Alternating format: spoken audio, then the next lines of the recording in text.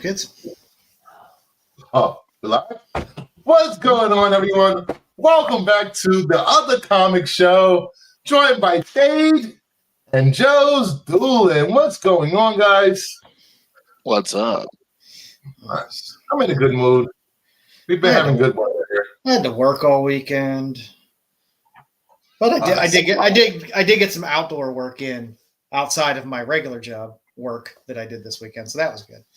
That's a positive thing. Getting some stuff planted outside and get some crops in. That makes me happy. I got to watch Wicked again for the fourth time.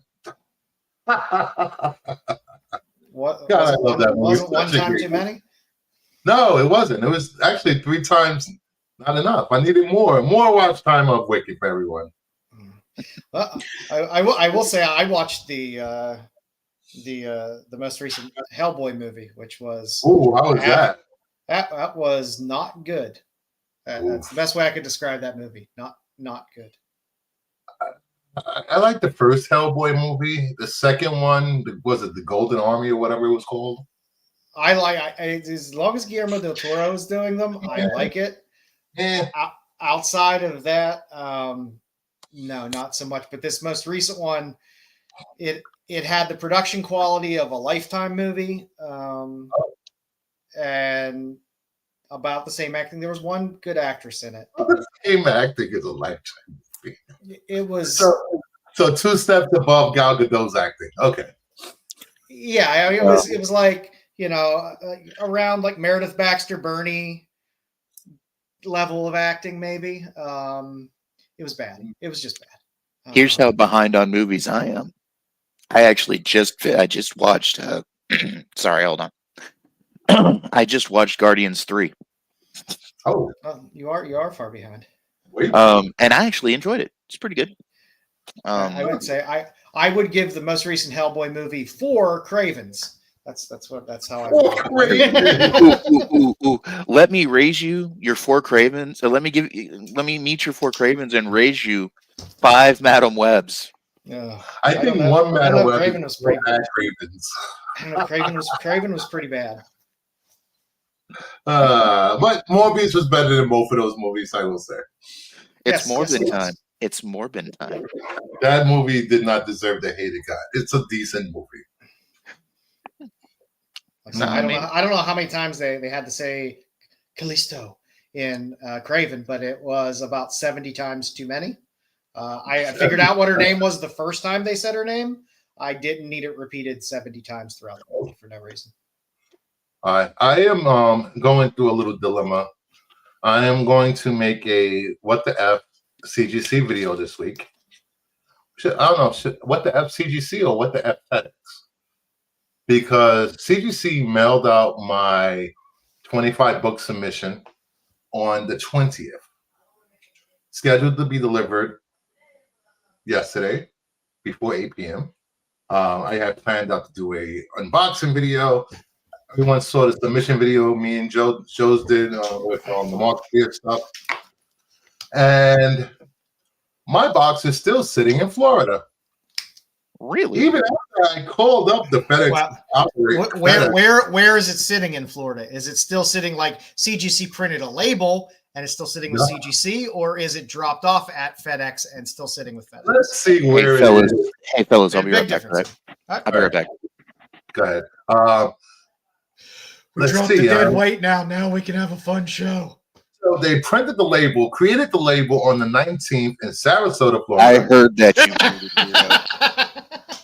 on the 19th. Then they got the package in Palmetto the same day, which is awesome. I'm like, oh, this will be here early. And then on the 20th, next morning at 5:10 a.m., on the way, it's in Orlando, Florida, and it stops right there. Well, it's definitely, that's definitely a FedEx issue, not a CGC issue. Possibly beyond their control, but. So I call up FedEx. I get this nice woman from overseas. I don't know where she was from. She tells me your package is at your local FedEx hub or whatever. And I'm like, okay, cool. So I wait around all day yesterday.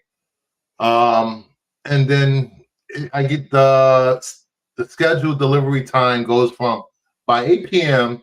till we'll update you when it starts moving. Yeah, I disagree, Degrassi. I have had no problem with my USPS for the most part, other than the fact they like to just throw my mail like it's freaking a Chevy Chase movie. But USPS, I am on a rural route. Most of the roads around me are not paved, and then I'm still getting my mail. Let's say hi to the chat. What's up, Brucifer, Nerdy Geek? John Marlowe. What's going on? Terry Floyd, snap into a Slim Jim. Terry, Yeah. I'm so sorry, Terry, if you watch Electric State. What an absolute waste of time. Brucifer Joe, Kyle. Sorry, had to keep it going. Grumpy, Lifetime Hellboy. That's what we're calling it. Morbius was good. See, someone agrees with me. I didn't mind Morbius. I did not mind Morbius. It wasn't like fantastic, but I was like, okay, it's a watchable movie. Craven, not Morbius yet. Heroes for Hire Comic Club. What's going on, Matt? Please check out Matt's channel. Matt, would you be so kind to put your channel in the chat so people can subscribe to your channel? He has some great content, and he does a series about worst movies that they're so bad they're good. Hellboy is not one of those movies. It's just so bad it's bad. I have a lot of guilty pleasure movies that I like, but I can watch the whole Basket Case series, and I'm enthralled. Oh god, that series is horrible. That series is horrible. It's fantastic. But then again, fantastic. But then again, you like Basket Case. I like the Reanimator series, and those are Reanimator's great too. There's a certain schlock level that's very enjoyable because. But then again, they dive into the schlock. They understand it's schlocky and lean into that versus people that think they're making a real movie. Nothing gets schlockier than the first movie and the headless guy trysting with the girl. One of my favorite franchises, I don't know if you can call it a franchise because most of it was on straight to DVD. Straight to VHS for most of it. Subspecies. Those were good. I liked them. I liked them a lot. And, I think about if those movies would have been rated by Rotten Tomatoes, they would have been like -10 by critics. And then, of course, the king of all guilty pleasure movies, Rocky Horror Picture Show. Yeah, I've never been a Rocky Horror Picture Show. Never watched it. It's so schlocky, it's good. I understand the appeal of it. It's not my kind of. I'm not a big. Oh, Chud is a great movie. I love Chud. And its sequel is even cooler. Bud the Chud. Sequel? No. You've never seen the sequel? No, I haven't. Let me remind you guys: New York City does not look like that. Please don't think New York City looks like that. You're from the rest of the country. But does it look like Escape from New York? That's all I have to know. Joking. I'm joking. I've seen New York City. It did in the 70s. It did in the 70s in certain parts. Okay. In the 80s, did it look like? Yes, in parts of the 80s as well. Yes. In the 80s, did it look like Jason Takes Manhattan? Oh, to be fair, I wasn't allowed out of Brooklyn until I was in high school. Okay. Yeah, well, so I wasn't allowed to leave my block within a block. I have to know: do they release nuclear waste into the sewers every night? No, that's not. Why do you think the bagels taste so good? Oh, the bagels are good. The dirty water door. That makes sense. Then that makes sense. Yeah. Perfect sense. I could talk about horrible movies with you people all day. I will say, by the time I was able to go to Manhattan, probably was like 13, 14. I will say this: the peep shows were real. The hookers on the streets were real. The rats weren't as big as they are now. They weren't on the trains like they are now. They're not sitting next to you in the seats on the trains. And and yes, they did have what do you call them? Glory holes. Wow. the thing. That's a universal thing. Not that I ever seen one in person. Okay. We just went off in a far road. Like, Although I will say, I found one. I gotta find the name of it. There was a great IG feed that just does bathroom graffiti, and I saw a great one the other day. It was a set of 3 testicles, and it said scrotal recall, and I literally laughed for like a half hour about it. It just made my day. I remember my first train ride. I was with my sister. We were going to the movies to the city, and there was a guy sitting across from us. He literally had a hole in his jeans. No underwear. Everything just hanging out. I looked at my sister. I'm like, "Can we move?" She's like, "No, we're going to that seats." It's like anything else. You get a city that's that large, you're gonna have some interesting things that happen. Yeah. I love New York City, regardless of how Dallas is nowhere near as big as New York City, but you get that sort of thing on the natural in Dallas too. The problem, Dallas is like the size of freaking Rhode Island. I mean, Dallas Fort Worth is huge. The sprawl of Dallas. It used to be 2 separate cities, I promise. Yeah. And then the mid cities popped up, and now everywhere from West Fort Worth to Tyler is massive sprawling city. I remember going to Dallas in the 90s. I was a vegetarian at the time. I don't know what I was thinking. Joe. And went to one of those. I don't know if you. Hey, you say you are a lesbian? Vegetarian.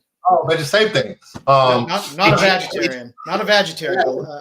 Did you do it for a woman, Joe? Did you do it for a woman? I'm joking. No, I just did it for health reasons.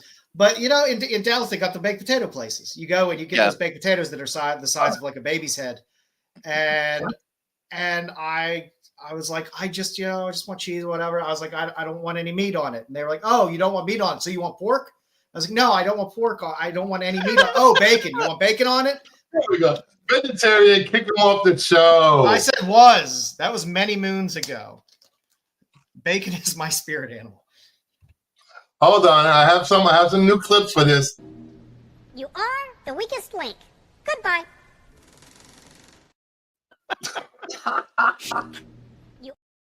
I missed that lady. The lady that the British lady that used to host Weakest Link was one of the funniest people. She deserves to have another show. Oh, she was great. They once asked her what one thing in the world that she could do without, and she said the Welsh. I thought that was just one of the funniest things I've ever heard. I agree. Vegetarian, lesbian, in Dallas, the rarest of all species, and she only eats tofu.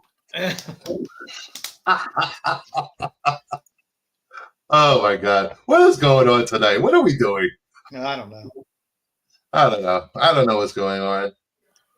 But if we're gonna kick Joe off the channel, let's give him a vote. Bon voyage, pussy. Bon voyage, pussy. I'm surprised they didn't string you up in the middle of Dallas, Joe. No, I'm not surprised. Texas is a cattle state, bro. That's meat. Oh, I understand, and I love. I buy myself 2 very nice steaks every week and cook them for myself and sit there and eat them every only week. bastion in Texas of vegetarians and vegans is Austin. Austin, yeah. And shout out to Matt. Although Houston has its pockets, and the rest of us in Texas kind of cordoned off Austin. We put a wall around it. No, I'm joking. Shout out to Matt from Heroes for Hire for showing me where I can get great quality clips. Glad that pussy didn't get wet. Oh, dry as the Sahara. Dry as the Sahara. But that's you don't want to dry. It's not fun. So I want to start every show going forward with this clip because we're about to start the show. We got some good comics to show off. We have some news to get into, some excellent books on FOC. So let's start the show with this. Welcome to Fright Night.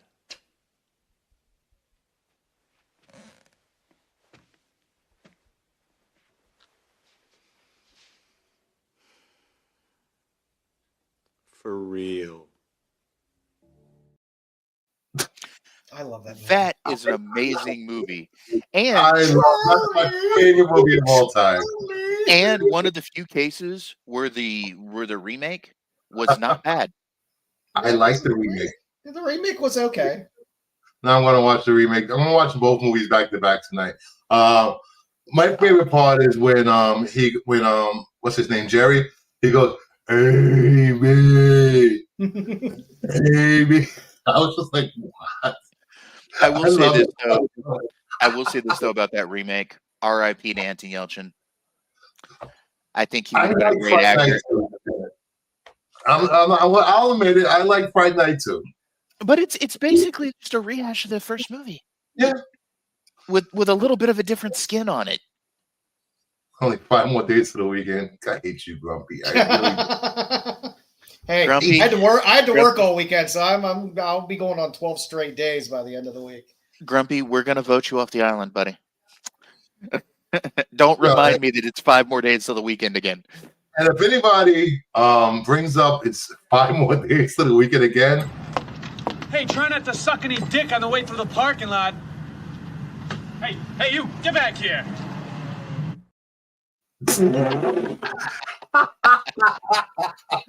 Totally underrated. Totally Matt underrated. created a monster. Friday Night 2 coming soon to 4K from Red Shirt Pictures and Snap. Because it's not streaming anywhere, actually. I tried to watch it. It's not streaming. And $5 super chat. What is this? This is for Dave's tofu budget. Let's Jesus. go.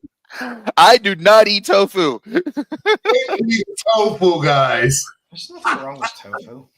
Straight up meat eater, okay? I'm not. I think there was a sequel for the remake that no one watched. Maybe a straight to video. Maybe a straight to DVD. remake. Yeah. 38 dicks. That's how many dicks she sucked crossing the parking lot. Wasn't that the same one that wasn't that the same guy that wasn't that the same chick that had sex with the guy in the bathroom that died? Yes. Yes. It's been a minute. It's been a minute. Welcome to the channel. Please hit the like, subscribe, leave comments after the video. Anything you want us to cover or talk about, because going forward, there are no limits to what we will talk about on this show. Except for the limits that you'll set for what we Yes, except for the limits that I said. There are still boundaries. Come on. So, all right, let's get into, I guess we can do some pickups. You know, I know people are against pickups on YouTube shows, but I like showing books so everyone can get a grasp of the degenerate that we are and the stuff we collect. Why don't people like pickups? I don't know. Love that shit. There's like some pushback on pickups now. All What right. the fuck? People want to see what people are buying. Miles Morales, Spider-Man 31 continues. It's the final part to the Deadpool crossover. We have Nightwing 124, Detective Comics 1095. Such a good read. G.I. Joe number 5. I got to catch up. I only read the first issue. Zatanna number 2. There you go. Titans, because you know Titans is just Titans. You have to pick it up. And the Psycho Pirate is back. I'm gonna wait till the Zatanna series is done and then read them all in one shot. Challenges of the Unknown this week. This time they're teaming up with Green Lantern. Catwoman Cabaret, which is the Fumara. Yep. Mara, which the covers he's been doing for Catwoman are really I good. just keep saying in general, as an artist, he never lets me down because everything he gives me is different. It's not the same derivative cover every single time. It's always something very different each time, which I like. Movies. You know they're coming.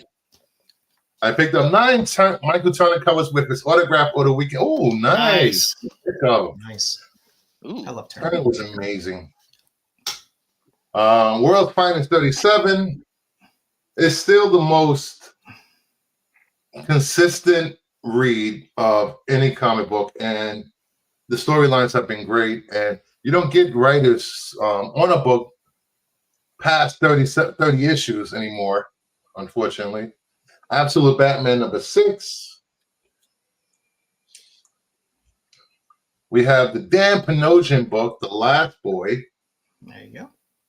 So we will be reviewing this book tonight.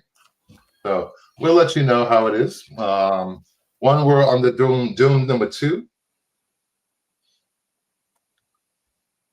New Gods, which is just continues to be good.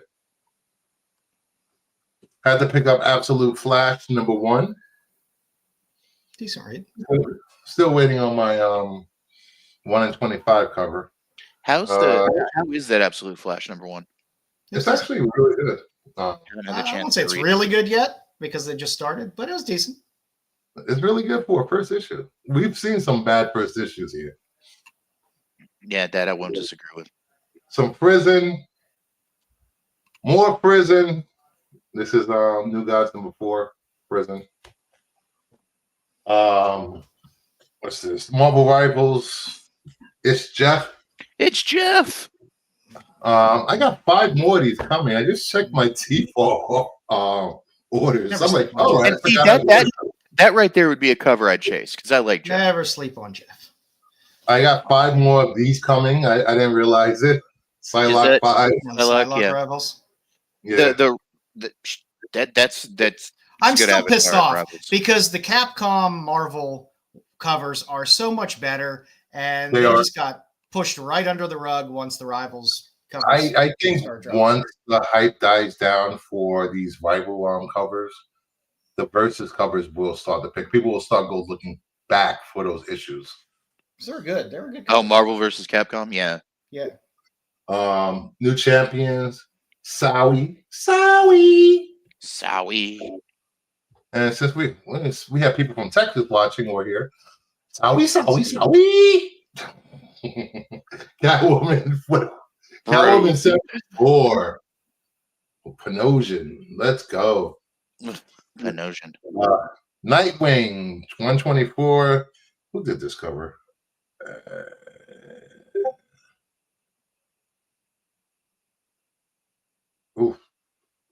I can't read that. But it's a cover. So Nightwing, what's the Nightwing. what issue is it? It's on Nahalapan. Aminake Nahalapan. Hold on, I'll look it up if you just tell me what issue it is. Say that 5 times real 124. fast. Well, say that again. Joe was talking. 124. Nightwing 124. DBA number 9, the 1 in 10. I said it was a 1 in 25, or Friday's a 1 in 10. The 1 in 25 of Sonic and DC crossover. That is Manke Nahulpan. Yes. No, World's Finest 37. The Putri, which I love. I should have ordered more of these. Ooh, I really did. that is a nice cover. I keep telling you. I mean, there's a groundswell coming for Putri work. And, I didn't realize how detailed Batman is.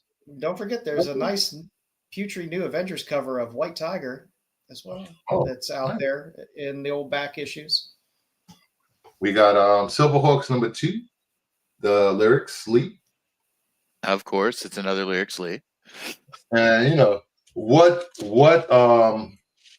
pickup would not be complete without some Mark Spears. No. On Star. Amazing Spider-Man number 1, the photo variant. Yeah, I love photo variants. Yay! People hated them, and they always get pushed aside, and then they always become relatively rare and sought after. Expensive. And I got some stuff that in the mail yesterday. It's a female White Tiger. female White Tiger, Terry, on the new Avengers cover of Which one? Future cover. Ayala or wait, no, Ayala. I don't know. I don't know which niece and iteration it is. Since I'm been doing the DCU series, I've been looking at my books, so I've been trying to upgrade them, which is hopefully this is why I got this Animaniacs 1. Hopefully it's never a bad time to buy an Animaniacs book. No, not at all. I used to love that show back in the day. I have this rated as a 9.2 or 9.4, so I want to try for a 9.6 or 9.8 with this one. Showcase 94. Oh, that is a great cover. I had that back in the day. That was a great cover. I love this cover. I don't know why her tits are on her shoulder, but sure. What? Where? She's wall-eyed. It's okay. Where? There's a lot of space. She's very muscular. There's a lot of space in between there. This Superman 97. I got this from D Mills. He's the one I do my DCU videos with. Oh, it's the after the resurrection covers. Mm. And I got this for $6. $6. After the guy sent me the wrong cover, he refunded me all my money for $10 shipping and sent me the book for free for the inconvenience. Oh wow, that's nice. Yeah, there are some nice sellers out there. And I got this from hipcomics.com, not even eBay. So, Joe, what do you got? It's got the stuff I showed Friday. I do have this lovely Jasmine Darnell metal Cheeky Annual 2025 Kickstarter. I love this cover. It is gorgeous. I'm not a big metal fan of metal covers, but this is the only way this book came, was a metal cover. It was the only option and the only cover, and I collect Jasmine Darnell stuff, so I was going to get that regardless. Die Kitty Die variant, little convention variant, little Dan Parent, and then, of course, I've been looking for this for about 4 years. Finally got it. Die Kitty Die 1, Darwin Cook. And yoink, a little more Darwin Cook. Ooh, I want that book. The prettiest of Starfire covers. It's so hard to find that book raw and really good condition. Ooh. It's hard to find it graded too sometimes. The book doesn't come up very often. So Joe got herpes? You got herpes? yeah. Yeah, probably. Don't we all? All right, so let's get to some news. I have videos for this stuff. I think I have videos. There we go.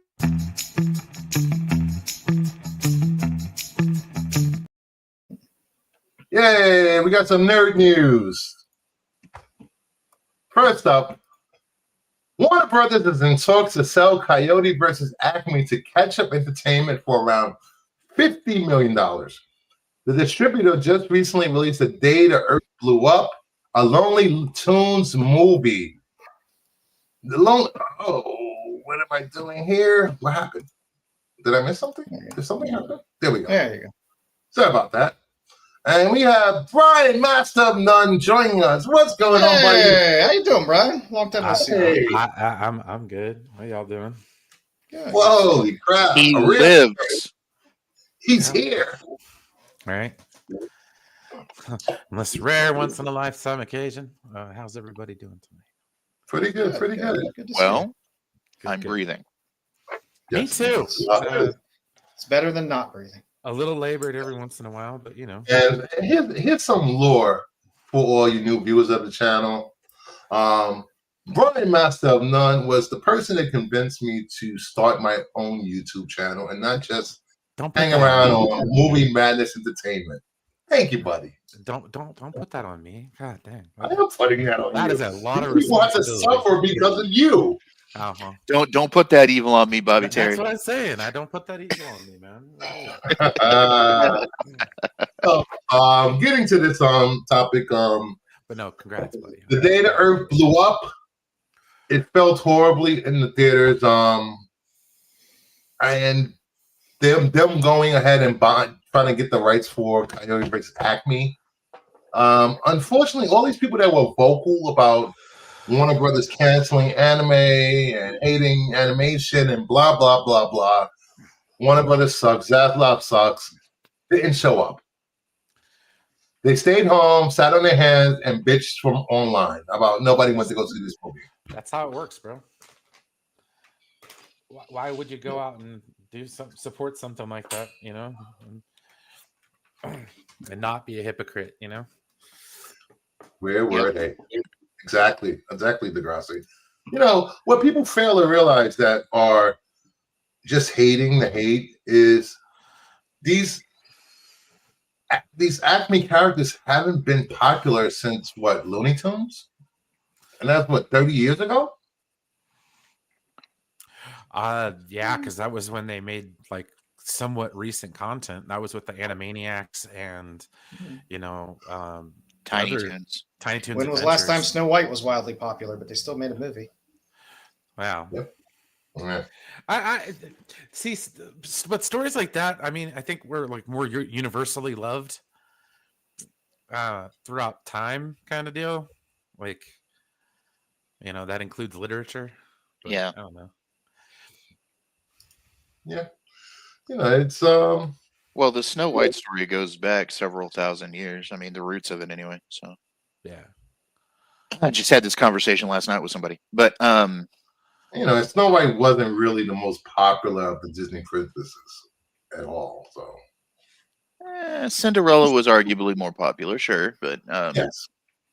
I have no problem with it, whatever they want to put out, but I mean, nostalgia is nostalgia, and Yeah. it's nostalgia for multiple generations. So, Joe, what issue was your Starfire, the Cook cover? oh, it's 4, or sorry, 3. Starfire 3. Starfire 3. I love watching Looney Tunes. When I was a kid, I always woke up super early to watch them. It's quite literally free money for WB to print at this point. They might be better off putting out a Tiny Toons movie than they would be a Looney Tunes movie. Oof. I think so. I think more people are nostalgic about that, to be honest. Degrassi Throw says, them up at babies in their movie in there. I'm still waiting for an Animaniacs movie. Muppet Babies, dude. Pinky wasn't and the Brain. that in the works for a while? What was that, Brian? Oh, well, Pinky and the Brain. That was such a Oh yeah, a seminal character for anyone who kind of grew up in the 90s. So it was like, yeah, most definitely you want to recreate that if you can. Yeah. and the Godfeathers, the pigeons, the mobster pigeons. Well, Dude, there's a lot of Muppet good stuff Baby out there. movie, I'm down. Let's go. Let's go. I loved the Muppet Babies. That was like one of my favorite. Muppet Baby was awesome. Well, Garfield and Friends and Muppet Babies. Those were like the two main shows as a kid. I like Garfield and Friends though. That was a great show. Apparently, there's a student-made movie where all the coyotes trap work in their big table, where a bunch of coyotes sitting at a table for pile of cooked road runners on it. Oh, jeez. But you know, I don't know. It's this animation style. I don't know. Do they need to upgrade the style of the animation to compete with Pixar and other big animation studios, or this is just dead in the water? I don't know. I mean, throw it on Max. Who gives a shit? Just throw it on Max. I don't understand why I don't just throw it on Max. I mean, I understand the whole tax write-off thing and whatever, but then I thought it had to be shelved. So if they're gonna do something, why don't you just throw it on Max? Who gives a shit? It's $50 million. They shit $50 million in a day. So just throw it on Max. People will watch it. If it gets a buzz, people will like it. People will talk about it. It has Will Forte in it. And how can it be bad? He's fucking MacGruber. I was gonna say MacGruber was a thing. MacGruber was fantastic. Even the sequel was good. Here we go. Jedi. Looney Tunes cartoon are best digested in small bites, not major motion pictures. I Space Jam agree. is excluded. I do agree with you. I do like it in smaller digestible pieces in terms of a Looney Tunes cartoon. But again, Will Forte, he's fucking MacGruber, man. All right, moving on to the next news or story or whatever we want to call it. American Dad is on a return to airing new episodes on Fox for the first time in over a decade. It's been airing on what, TBS and Cartoon Network? Who cares? Yeah, this show was always funny, but It's about as funny as Family Guy, which isn't very funny. Oh, I never watched Hey, it. Family Guy, it's awesome.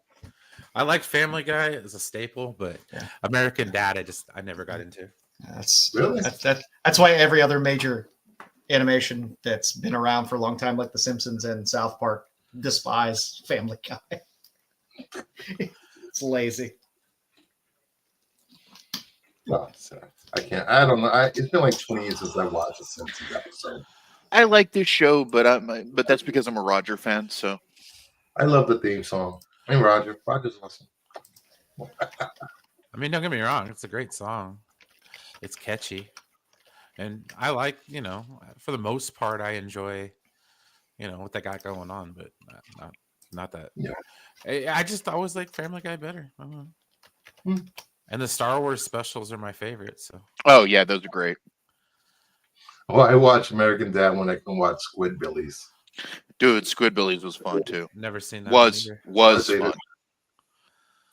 It hasn't been aired, God, for nearly half a decade now itself. So Damn.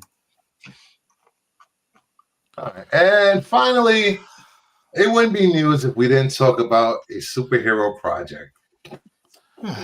Ah, man. Oh, that's what is it? All right. oh no. The Smallville sequel series is currently off the table from happening. I think the fact they are in the process of rebooting Superman again, kind of unfortunately, I think, keeps our thing off the table for a bit. This was Rosenbaum and Welling's project. It was supposed to be an animated thing.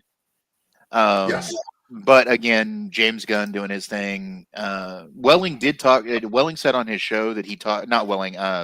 Rosenbaum said on his show that he had talked to James Gunn a while back about stuff, and that James told him put on the back burner for now. So maybe in the future, who knows? You never know. I mean, this show got sequels, at least 2-3 seasons worth of sequels in comic books. So Yeah. not that I wouldn't mind seeing another, continuance though. That'd be great. I love this show. I just think with everything releasing in the next couple of months between Superman, Supergirl, and Green Lanterns, they don't want anything taking focus away from those projects. Yeah, and that's fair. I mean, still think Rosenbaum's the best Lex Luthor we've ever gotten, but and we still have My Adventures with Superman, 2 seasons of that. Yeah. So another animated Superman show. They could put this off for a decade, and I don't think it would hurt anything. These guys are still relatively young. Oh, that's the Petrie. That's the Petrie White Tiger cover. Oh, wow. Oh, it's Ayala or the other female White Tiger. I believe this issue is which one is it? Kind of because I mean they were both in the Ayala family. One was a niece and one was the other one. or whatever. Yeah. One was a sister, or one was the niece, or some whatever. Because of the Daredevil series, I've been delving into White Tiger. I'd never really cared about the character much beforehand, but thank you. And one Ava. There we go. Thank you, Mwamba. Oh, I want Space Ghost live action movie with someone who can impersonate the character's voice from the cartoon, but a series movie, no cap. Ooh. Yeah, but isn't Space Ghost mostly camp anyway? Not the original series. Well, no. The Dynamite comic was pretty dark. that's running right now. Mhm. Yeah, it's I love Space Ghost. I never watched what was that thing on Cartoon Network or Coast to You Coast. never watched Space Coast Coast to Coast? no, Jesus Christ! I've never watched it. One of the I best didn't want to goddamn watch Talk shows show.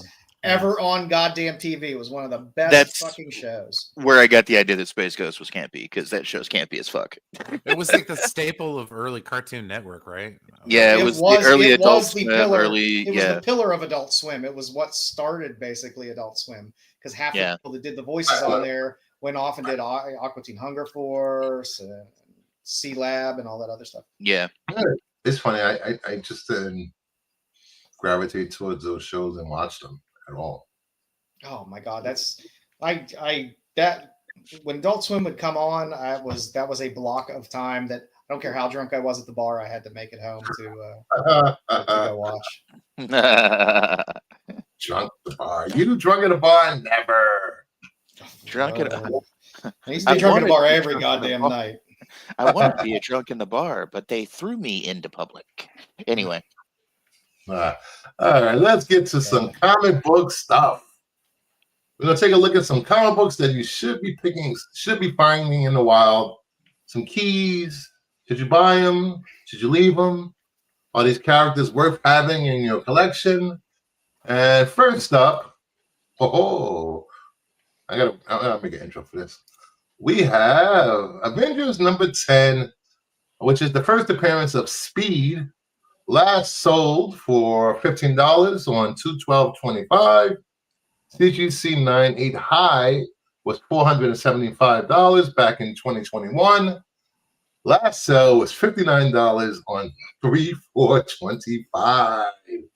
We know this character is coming to the MCU, either in was it Vision? Mm-hmm. Vision Quest or whatever. Maybe in Vision Quest. Maybe Yeah. Vision Quest. Not the, we Vision already Quest got with, not the Vision Quest with Matthew Modine, mind you. We got his brother in Agatha. So. Sorry, that was a good movie actually. You know, Speed isn't as popular as Wiccan, but if this was a $475 CGC 9/8, which is ridiculous. Yeah. I mean, it is and it isn't. I mean, a lot of those Young Avengers books were very hot for a while. Wasn't that around the time of When- the Crusade or whatever, Children's Crusade? I think the Crusade was, it might be around the same time, which was amazing. Yeah. I love that storyline. But I mean, these books heated up when there was a lot of Kate Bishop talk, and then we got the Hawkeye series. We got to see Kate Bishop, so a lot of these books popped. I mean, they dropped quite a bit, but you know they want to do something with that young group, and they'll work their way toward it, whether it ends up being a show or a movie or whatever. Yep. I mean, if you could pick it up for a 9/8 for $60, sure, why not? I mean, in theory, that's like what, buying it for 15 and getting it slabbed. Yeah. And it being a 9/8. I mean, it's almost easier just to buy a $60 9/8. No, you're getting a 9/8, than start searching for a $15 raw out in the wild and hope you get a 9/8 out of it. Yes, and shipping to Canada is probably double, but triple the price of the book. Oh, look at Sticks! It will be Champions of West Coast Avengers. Yeah, or some weird amalgamation of the two. You know, I have the whole Young Avengers run anyway. I was reading at the time when these were released. What do you guys in the audience think? Would you pick this up if you saw this in the wild, or would you prefer to just buy a 9/8 of this book? Take the chance with a raw copy, or just buy the 9/8 for $59. I would pick it up in the wild just to go through the process, I guess. But I don't know that I'd ever have it slabbed, though, to be honest. If I saw a clean copy in the wild for $15 and it looked good, I would pick it up. It's a first. I like first. I'm an old school collector. I like first appearances. Yeah. So Grumpy said at that price he'll buy the 9.8. Wamba say just buying the graphic novel, the series. just buy the damn trade. But yeah, it's Right. Never buy stuff in coffins. and that's fair. I mean that's fair. I understand that. Like I said, there's very few things. I know I showed a slab. But I don't buy a lot of slabs, especially modern stuff. There's very few things I buy modern, and I always look for raw first. But gold and silver age I will buy in slabs because I've got ripped off more times than not in buying golden age stuff, and it's like, oh, this is tissue paper that's ready to fall apart the second you touch it. I made that mistake buying golden age books on whatnot when I first started collecting again. Oh yeah, you realize everything that they're selling, even though the prices seem great, is a 1.8. Yes, and they look so good in Mylar. Oh, everything looks good in Mylar. Everything looks good in Mylar. Then you get it home, there's like ketchup stains. It smells like cat urine. There's some ex-girlfriend wrote a note in the book saying "fuck you, I'm leaving." It's insane. And if that's a good book. Don't forget those books that have one staple holding it together by one side of the staple. Yeah, it's a little rough. So for my golden age, I do prefer to buy slab stuff because at least I know I can always read the books online and look at them. Everything looks good when it's wrapped in plastic. It does. For golden age, underrated, lickable. Golden age slab, silver age. I'll go both. I get a lot of silver age stuff raw, but every now and then, if I find a good price on the slab, pick it up. Yeah. So, all right, moving on to the next book. What do we have next? We have Free Comic Book Day, New 52, number 1. First appearance of Simon Bass, last sold for $5 in January of this year. CGC 9.8 high was $499 back in 2022. Throw out those COVID highs. Throw them out. We'll get past them in a few years. Last CGC 9.8 sold for $100. I'm not buying this book for $100. I would pick it up for a $5 if I saw it, but I mean, really, I mean, let's go down the tier of lanterns. This would have to be, like Joe said earlier, this would have to be good, great copy, look clean, everything else before, and it would still have to be $5 before I'd buy it. And I'm not buying this one in a copy. Like I said, I'd pick it up for $5 if I saw it somewhere. Again, it's a free comic book day. There's always that toss up how people feel about free comic book days with the key. Yeah, because it's like, okay, we know there's a fuck ton of these printed. So I don't know, $5, yeah, I'd pick it up for $5. Yeah, first appearance thread in $5. Sure. Would you guys pick this up in the chat for $5? And also, does it matter if it has the store stamp in that box or one of those specials? I think a few of the stores did special edition with their store on the side, like Midtown did. If it's printed on the book, I don't care. If it's stamped on the book, I care. Because I don't know how that's treated in the secondary market.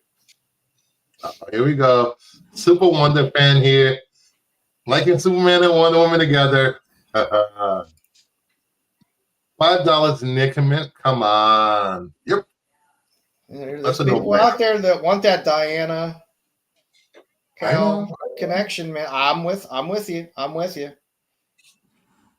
Lois Lane's just gonna get old.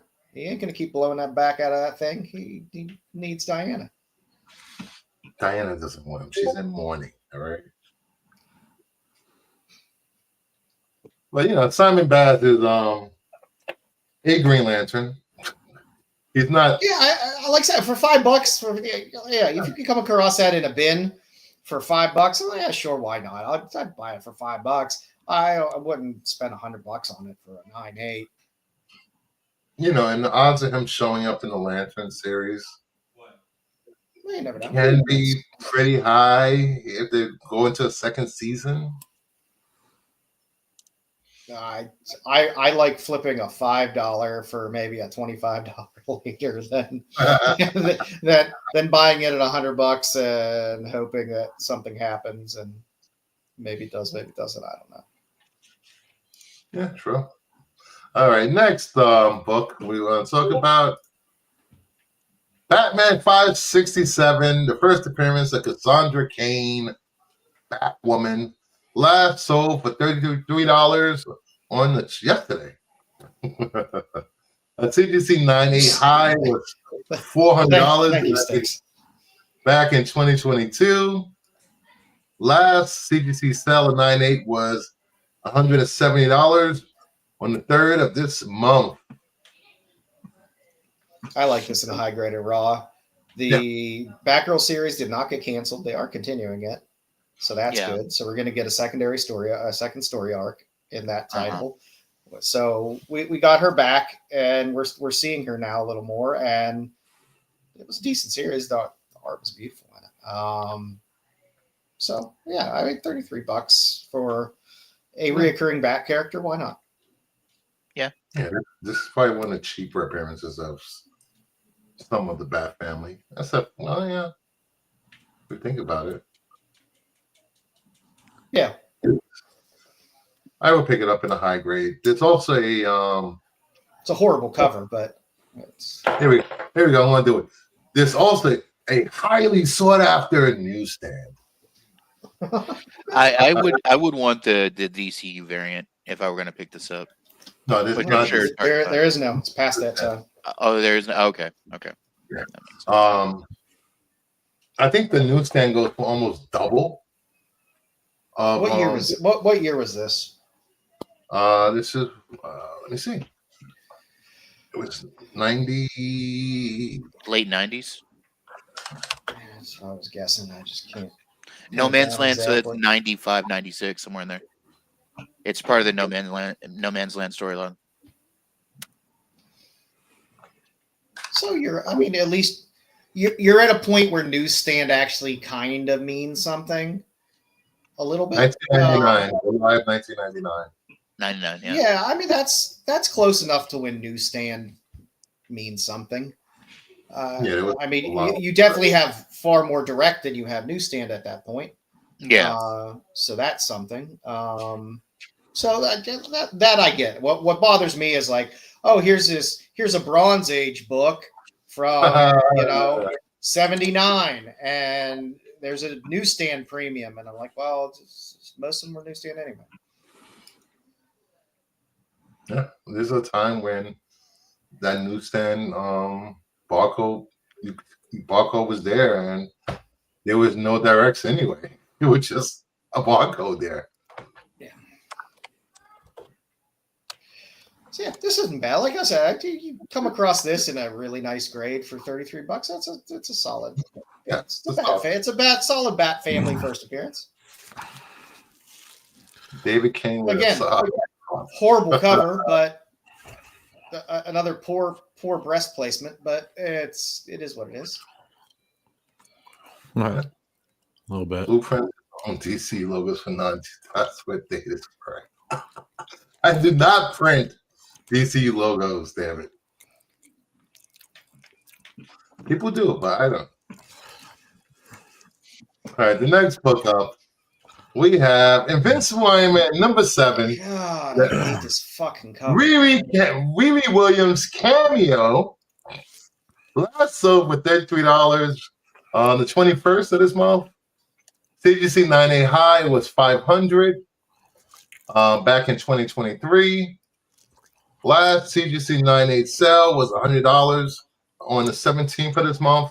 There was also a CBCS 9.8 sold for $26.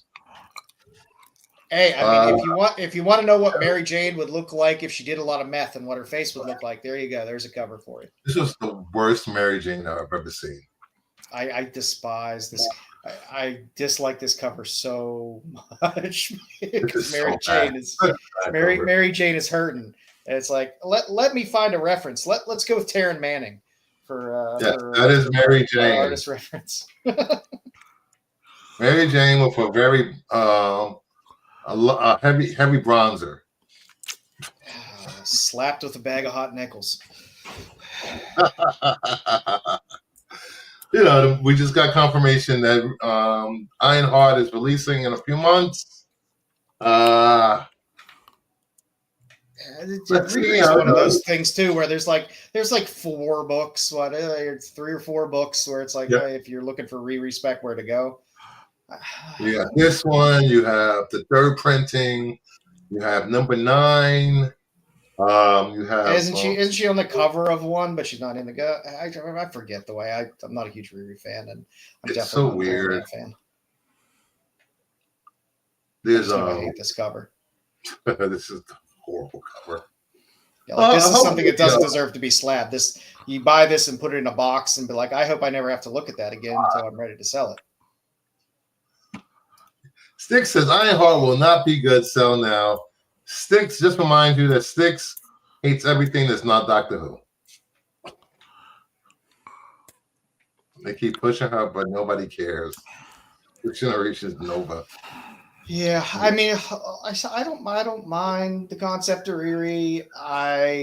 It's not a bad first appearance to have in there. Again, there's always debatables between 7 and 9 and 1 and all is. There's other books that are out there that kind of dilute where people go for this book for Riri, but and I will say this: I am not a Riri Williams fan. She belongs on a milk carton with that face. She doesn't belong in a box with that face. She belongs on a milk carton. Styx. There are a lot more Riri fans out there. I never claimed to be one. She's fine as a character. Fine and I think there's cooler. I think there's cooler early appearances where she's on the cover. Yeah. And nowadays people like on the cover. Very true. And the final book on Comic Key Lookout, we have Teen Titans 48 last sold for $12, $3,825. A CGC 9.8 hit a high of $2,100 last year in June, and last sold a 9.8. Last sold was $265 on February 2nd of this year, and before that, in January, it was a 9.8 sold for $335, I believe, and it was the same seller sold both 9.8s. And before that, it was a 9.8 was like $600-800 range, which I never understood going 9.8 out there for like way below full market value. I don't know. This book doesn't move me. And this is the first appearance of Bumblebee with as Karen Beecher as Bumblebee. But Karen Beecher's first appearance was Teen Titans 45. Bumblebee was a popular character with the Teen Titans cartoons and animated stuff. I'll use my Marie Kondo. This does not bring me joy, and I will pass on this book. Oh, you don't like Harley Quinn on the cover? That's what that is? You mean... Is that the Harley Quinn? Oh, yes, it is. Yeah. She started going. First issue, she stopped being the Joker's daughter and started going as the Harley Quinn. Yeah. Interesting. There we go. Like, is it something like if I came across it for $12? Yeah, I'd probably grab it. But if I decided to not, I wouldn't feel bad about myself. I do want to finish this original Teen Titans run, just because. Hey, for the Gilligan Island honeybees. How's that Yeah. for pop reference? All right, moving away from comic keys to look out for. Let us know if you pick up any of these books for cheaper or any of the last sold prices here. This is definitely a book that you can find out in the wild cheaper. Yeah. And it's a newsstand. As it should be back then. All right, here we go with our weekly comic book reviews. We have set to review 3 books: Bug Wars, The Last Boy, and mine is A Long Lonesome Grave. Unfortunately, my LCS didn't have any of mine is A Long Lonesome Grave, so we will just be reviewing Bug Wars number 2, and The Last Boy number 1 by Dan Panosian. So first up, Bug Wars 2. Go ahead, guys. Kick it off. Sometimes I find unnecessary cursing, it's just superfluous cursing, to be a little bit distracting, but I kind of like it in this book. I've enjoyed issue 1. I enjoy issue 2. It's just been a fun read. I'm very interested to see where they go with some of this. I was not really fond of the first issue, but this issue, it's hooked me. It's getting, with the Thunderdome vibe and all of that. I'm kind of curious as to how they're going to take revenge on Slade, right? Yeah, on Slade's brother. The brother. I will continue with this story now that the second issue's come out, and it's gotten a little bit more of a story to it. Yeah, it's fun. I was worried when issue 1 came out. They were like, oh, they're just gonna give me a Sectars or something like that. But no, this is good. This is like Dark Side Sectars. Yeah, this is fun. I kind of enjoy where this is going. And I like like I said, I like the Mad Max Beyond Thunderdome homage. With the Battle Dome aesthetic. Yeah, no, I enjoyed it. It's been a fun read. I don't know where it's going to go story wise or whether I'll stay interested, but I've been enjoying it. The first 2 issues, I had fun with both. I like the first issue. Oh, look at this! What, Lisa? Grab 2 for me now, please. What, are they Mark Spears covers? What else are they dropping? Seriously. I really enjoyed this as I go to Bird City website right now and look. God damn you, Lisa. Well, what's the drop? What's the drop? What's going on? I'm looking right now. Let's see what the surprise drop is. I don't see I enjoy us going through these books. I enjoy the fact that we look at indies more so than the regular stuff. Because truthfully, I have no desire to look at Marvel and DC stuff unless they're really dropping something really new and interesting, or every now and then. Like New Gods was kind of interesting initially. And it's good to throw it in there every now and then. There's so many good indie titles out there that keep popping out that, these people need your support more than Marvel and DC. Yeah. This is I one thing I hate out of probably anything in life is insects. So this was a little skin crawling for me. I'm like, why am I itching reading this book? I used to be disturbed by insects, but I live in the country, so I'm so disturbed by insects. It's part of life. So what do you do is you got the heebie-jeebies. I do have the heebie-jeebies. Dude, you got the Wiggins, man. I literally freak out when I see a stink bug because I hate stink bugs. Hey, Bruce, bugs. Okay, bugs. What? I would highly recommend this title. It's fun. You're only on issue 2, so you have time to be able to catch up if you haven't been reading it. It's a fun read. The art's good. Definitely one worth it to read. Yeah.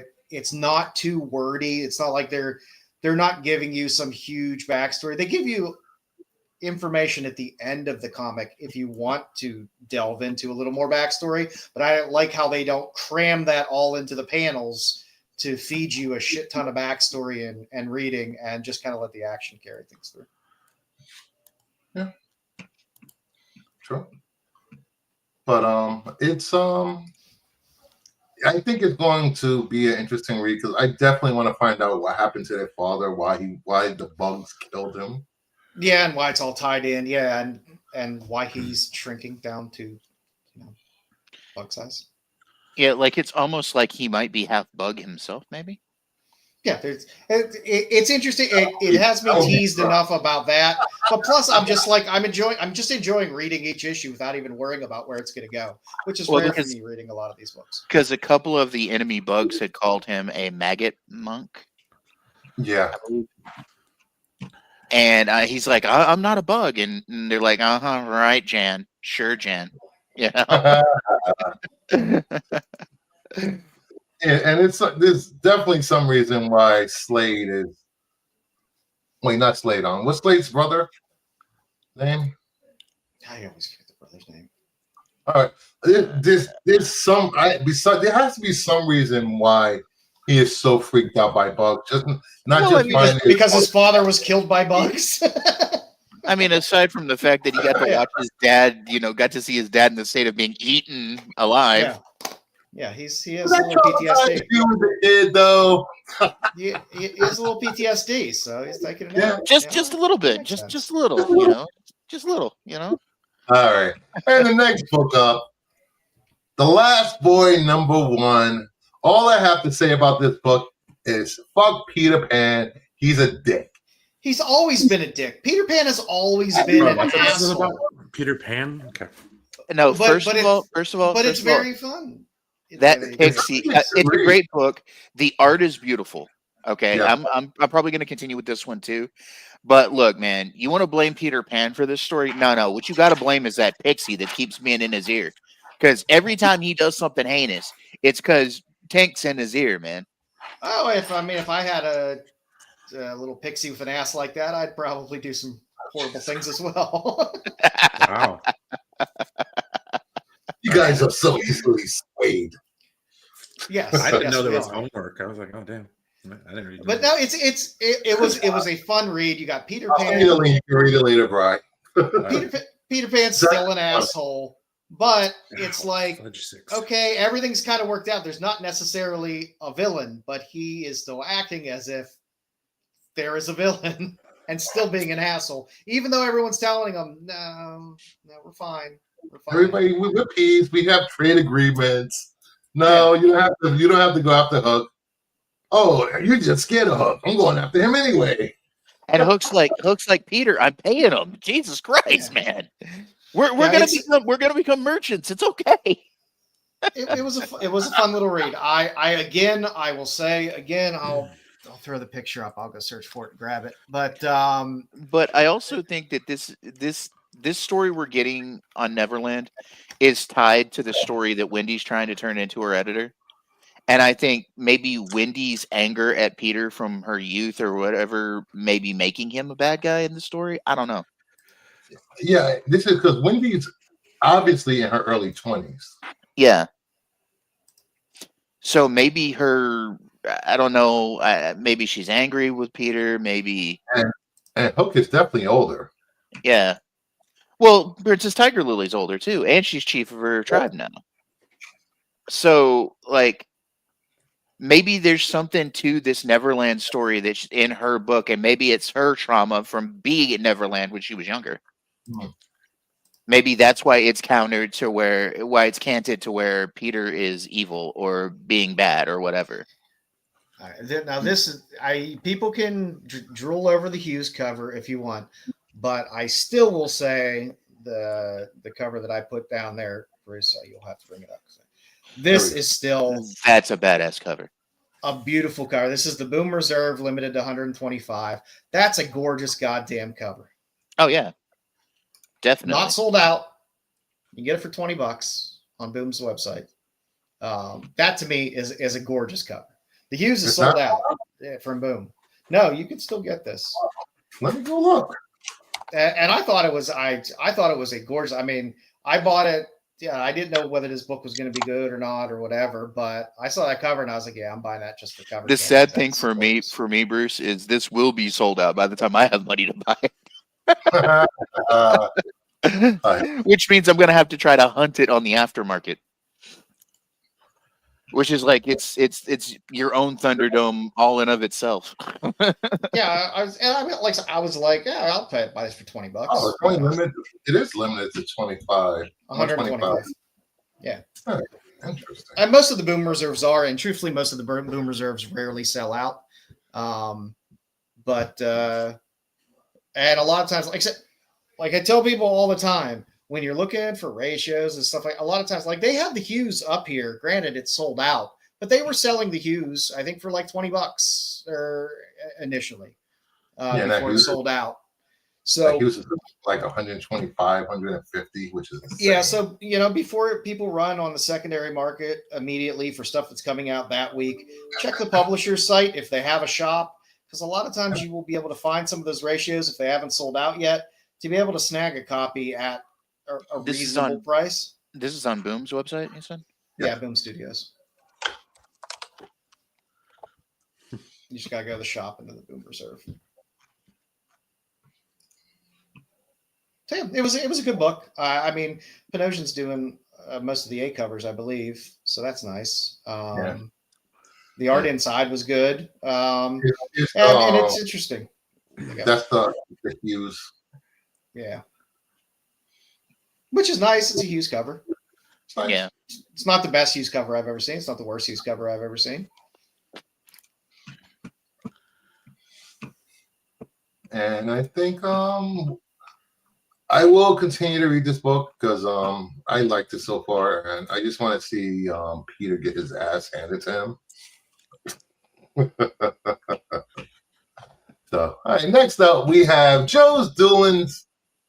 So what do you got on the table for this week, Joe? Okay, so for Flaming of stuff coming out this week, seasons 3, it's a fun read. The 1 in 20 Ben Caldwell. I love Ben Caldwell's stuff, and it's just a good Ben Caldwell cover. So for New Comic Book Day, now granted, you're not going to be able to grab this one in a New Comic Book Store because this was a Kickstarter. So you'll probably start to see it pop up on the secondary market.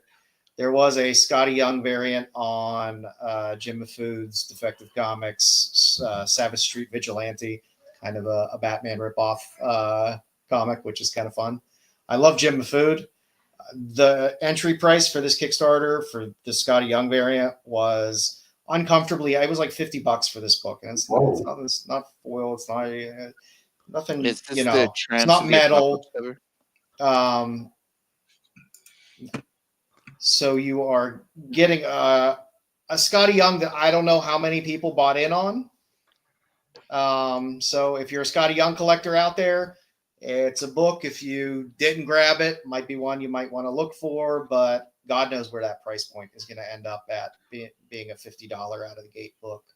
And I don't know how many people bought it either. And you know the way Kickstarters are. It's like, I don't know how many people bought into it. So, like I said, this was not the A cover or anything. This was one of the special offering covers. So for you Scotty chasers out there, it'll be a little bit of a rare bird out there. So, and then for Beyond FOC, because I'm always looking out further than FOC, I'm going to highlight Tramps of the Apocalypse #1 from Dark Horse Comics for no reason other than the fact that how can that be bad? It's like right up my alley to have a bunch of tramps running around after the apocalypse, beating the shit out of people. That's good enough for me. That's all I need. It's a Dark Horse book. If Dark Horse still exists by the time this actually gets published, that would be fantastic. What's Dark Horse? Yeah. But I saw that and I'm like, I don't care how bad the art is. I don't care. It's called Tramps of the Apocalypse. I'm buying it. So that's my Beyond FOC pick, which I believe this book comes out in May or June. Nice. And now I'll move on to flaming hot covers of New Comic Book Day this week. And screw you guys if I have DC on there.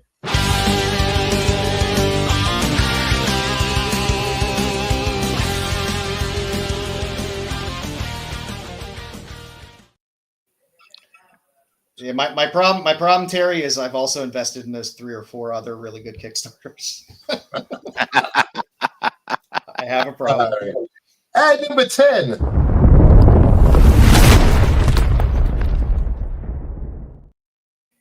Whoa. We have Peacemaker Yeah. presents Vigilante, and Eagly double feature number 1, the Dan Panosian variant. Yeah, it's a goddamn good eagle. It's a very good eagle.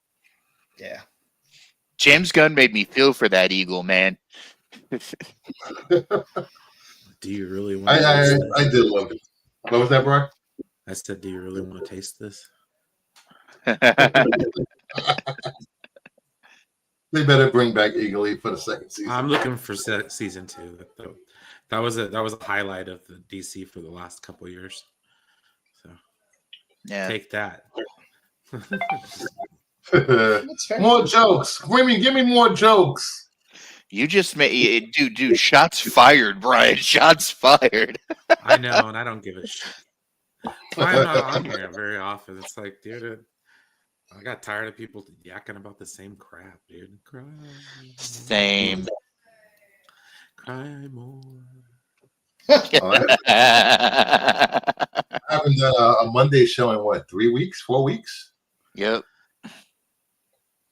I'm having more fun making videos and talking about comics, but I think I will We do still a Monday. need to do our, we still need to do our storyline show, Bruce.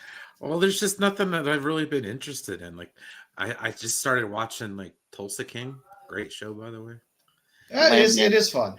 The Landman's first season I been liked good, better too. than the second, but Yeah, I'm gonna check out Landman. I just got my Paramount back. Landman is a step above in terms of Tyler Sheridan shows and production quality. Dude, Yeah, King of Tulsa is like the lowest in terms of production quality and acting, but Oh, it wow, is really? a guilty pleasure and enjoyable. that Landman Landman the is fantastic. first 5 minutes of the first episode of Landman is badass.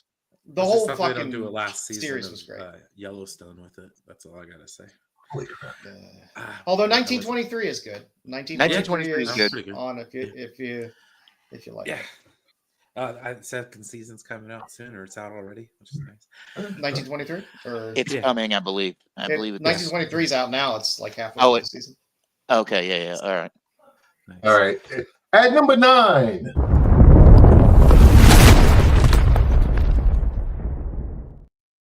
We have Harley Quinn 49, the Fawns variant. There's a lot of good variants on this, even though I it's love this cover. oh, sorry, this isn't the Fartacular one. This is just the No, it's the Fawns. Like a two. No, this is the regular book, I Very think. serious.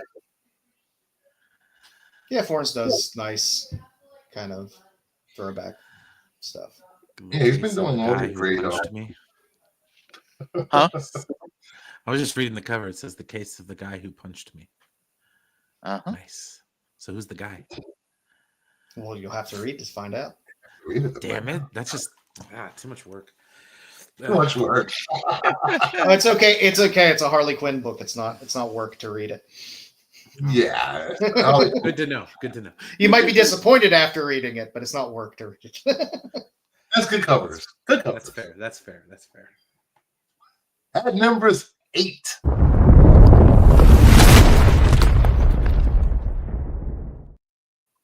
We have Star Trek Defiant 25, the 1 in 10 Okazaki incentive. All these 1 in 10s have been so good. That looks good. That's a nice cover. I like. I can't tell you what's going on in the book. I'm but assuming that's supposed to be Worf, but that's pretty badass. yeah. Yeah, I agree. He's been I Oh, agree with dude. Eric. These Defiant covers that do the samurai style thing are really good. All of them have been really good. Like I said, Okazaki is a fun artist. Doesn't do a ton of covers, so when he does some covers, it's fun. And it's a Star Trek book, so it's probably not going to be heavily printed. So Okazaki also did some good Star Wars covers, I believe, too. yeah, I did. You know, I don't see a lot of stores ordering at least 10 copies of Star Trek Defiant. No, I mean they might just for the Okazaki variants, but because this Screw isn't it. the I'll first order- one. You know, he's had a run of these now, a few of them. So maybe some of the stores are catching on a little bit and picking up some copies just to get the 1 in 10. But This since it's all 1 in 10s, this artist would be the guy that I would go to the local store and order 10 copies for just to get this. yeah, it's a winner. I think this is I think he's going off of the book in a few. Either this is his last issue or the next issue is his last issue on 1 and 10. That makes sense. And I just got word from a loyal viewer that Skybound has decided to try a gimmick on their Transformers and Void Rivals. Void Rivals. They're going to add a sound chip to comic books, and it's up on their website now. I don't know what printing this is of issue 1 of Transformers and Void, but it will give you the transforming sound. Oh, that's awesome. I'm happy with that. I don't care. I like a gimmick. I would buy that just to hear the sound and have fun with it. You would? I'm not putting it. I'm not putting it in a bag and board. I'm not doing any of that shit because that stuff they put in there pokes through the goddamn cover half the time and then ends up screwing other stuff up. Oh man, I'm liking the idea of this. Okay, but if actually you can get it to read me the entire book, to where it's basically an audio book with pictures, that would be amazing. I would buy comic books at that rate because it would be like an audio book with pictures. Let's go. Come on. Audio books with pictures. That's awesome. I do love a good audio book. I got like 90 of them on my Audible, man. Like, damn. Yes, and you were just reading a really good Star Wars audible book. Oh, yeah. I wasn't reading it because it's an audio book. Oh, listening to an audio book. Whilst playing video games. So, yes, I was taking it in. No, I forgot what the name of it was off the top of my head, but it was basically the backstory of Ray's parents. Oh, nice. Yeah, so that one was really good. I enjoyed that. The Star Wars ones are. I'm guessing their last name wasn't Skywalker. No. It wasn't Palpatine. But anyways, yeah, the Star Wars ones are the best because they do sound effects and they put music in there. Like, oh wow. Oh yeah. They definitely been on a Harry Potter bender, so I have all of them on my Harry phone Potter naturally. books are awesome. The Harry Potter books are good. Yeah. Some of the 40K Black Library stuff for Warhammer 40K is good. Especially since I speak to one of the voice actors a lot for those books. But no, the Star Wars ones are fun. Have you listened to the Rogue Squadron ones, Brian? Oh no, I don't think so. Those are great. I like that. I would suggest Cormac McCarthy. If you're going to listen to audiobooks, that's the way to go. Dude, that stuff's sad as fuck, dude. Those are some quality audiobooks. Are you trying to depress the crowd, man? Like, have you read The Road, Joe? Have you read The Road? Yes, I've read The Road. I've read Blood Meridian. All right, let's get through this list. At number 7.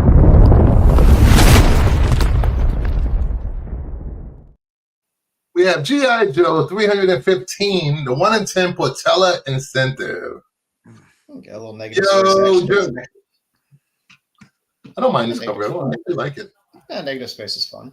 Moibusu for try reading an audio book.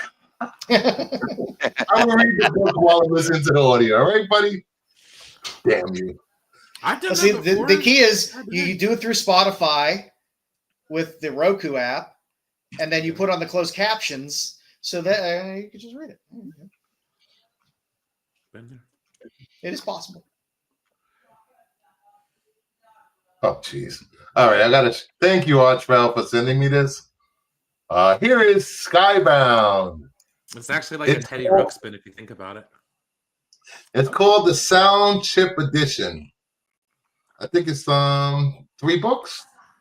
Transformers 1, the Autobots logo, Transformers 1, the Decepticon logo, and then Void Rivals. Foil Autobot logo. Is it the Void same Rivals sound? number 1. Is it the same sound in all three? Or am It I getting seems different like it. sounds? Because that's cheap. If you're going to give me the same sound, I mean, give me a rollout. You know, give me something different. Don't just give me 3 covers with all the same sound. That's it not sounds. This releases on. Wait, oh, they're $20. Fuck that. $20 each. Was it what? Ooh, if it's $20 each, fuck this. Well, maybe No, I not. mean, hell, the Godzilla ones were what, $10? No, they were Godzilla like Kong ones. 6, 7. Wait, what did it say? I think they were They might have been. $9.99. Huh. I mean, that's that. I'm like, oh, okay, I could buy into that. Yeah. What the hell? I'll just I'll pre-order it, get a little bit of a discount, and live with it. But yeah, $20, no, sorry. It says I'll cover find a A says- soundboard online and play the sound over and over again while I Cover read A it. says Optimus Prime, and then cover B says Starscream, and then cover Roy Rival says Jetfire. Huh? Will it be this? Do they have distinctive sounds when they transform, or I don't remember. I don't know. Optimus Prime, Starscream, and Jetfire. Interesting. I have to get that in hand. I have to buy one at least. All right. At number 6.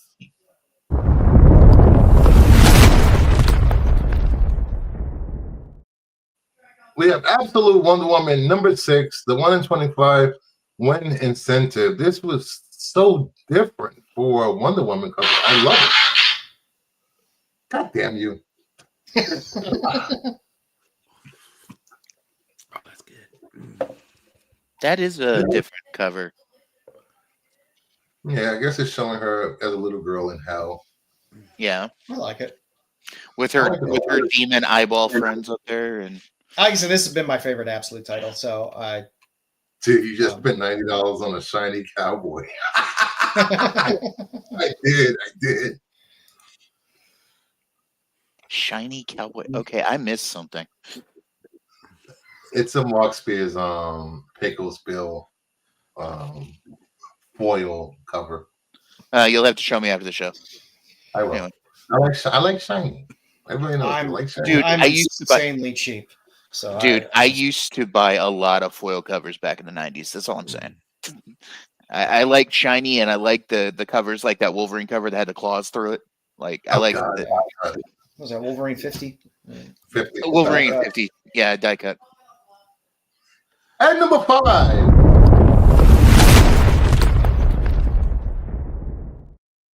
We have Green Lantern 21 and 1 in 25 Mark Spears incentive. I like that. I like it a lot too.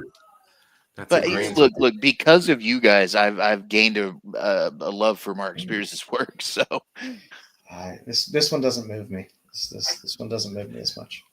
I like the other one that's coming with the monster truck for Green Lantern with the spears. That one's kind of fun. This one's just a little bit stiff. monster truck, you say? Yes. He's in a monster truck chasing sticks. Wow. Let us show now in case he wants one. They will probably be sold out before the show is over. Of course it will be. And he's just helping up a girl. Why does he need a mastodon? He's just helping a girl up that fell. Yeah. What do you need a mastodon for? You gotta protect her. For whatever else? Yeah. there is. For what? He has to protect her from that house that's behind him?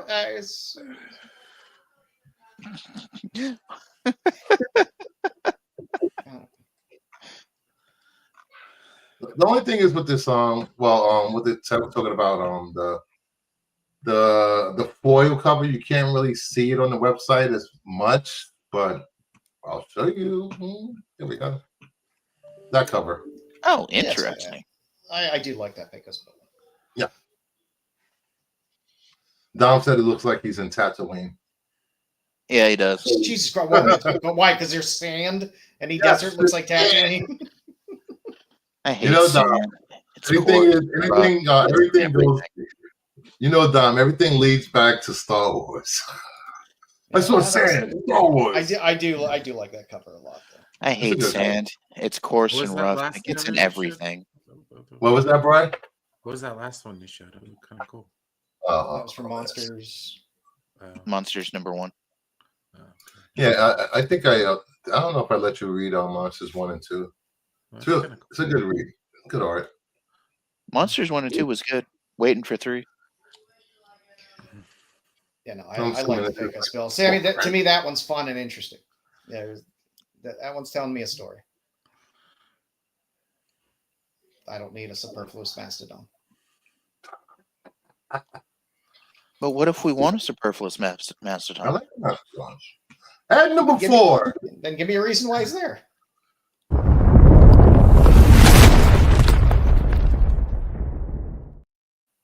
Doll Parts, A Lovesick Tale, number 4, the 1 in 10 Vecchio incentive. I love this cover. Blue and Vecchio all day. I love my Luna Vecchio. Every time I see this cover, I think of whole doll parts in my head. I have almost the full run of Lovesick. There's a couple covers that I'm missing. But I have everything from Doll Parts so far. It's good stuff. Yeah. Hey Terry, Mark Spears monster books have been very good for me. All right. Yeah, they've been good for me too. I'm not going to. And I love Mark. We have him on. I love him, but I'm also going to be an honest broker of when I like a cover and I don't like a cover. Yeah. You know, we don't have to like everything, but we like what we like. I like the Green Lantern. Joe doesn't like the Green Lantern. Yeah, Doll Parts is a little too Lolita in terms of the storyline and stuff. Lovesick, just pick up the Lovesick run instead of Doll Parts if you want to go a little more adult with it. You know, we're kind of getting a lot of backstory stuff in here, which can be a little creepy at times, but. I collect everything Vecchio. I will buy every cover that she puts out because I love her work. And we're going to get into the top 3 of the list. And number 3.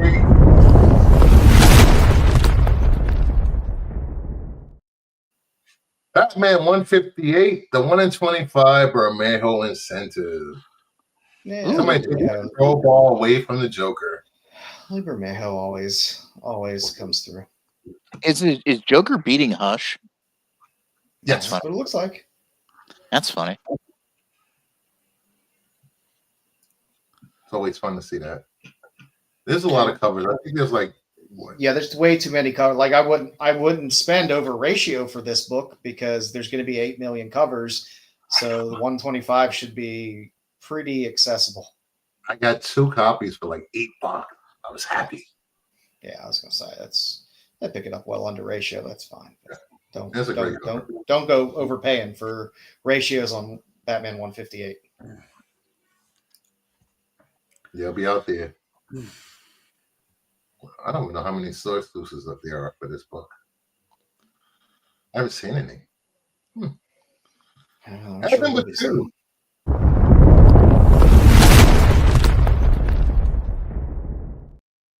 We have Justice League Unlimited number 5. The Zerdy variant. Zerdy's, I haven't been, like I used to be very high on Zerdy. I'm not so high on Zerdy with a lot of the covers that have come out. But this cover, on the other hand, I'm getting 2 characters that I love. Plus, you don't get a lot of Hot Girl covers. This is a winner. And, you know, I'll buy anything. It throws Zatanna on a fucking wrap a Zatanna picture on a turd and I'll fucking buy it from a store. Dirty. Look at that. Dirty. So, yeah, it's a winner for me. Joe says, wrap it around a turd and I'll buy it. If you put Zatanna on it, yeah, I'll buy it. I'm sorry. I will collect every book where I get a good Zatanna cover. I will say this: the Bombshells Zatanna was pretty cool. So, Yep. I've always been kind of a Zatanna fan anyway. So, And if you've been watching the show, you know what the #1 book will be. If you haven't been watching, you will get an idea of what we like on this show. And #1. It better be.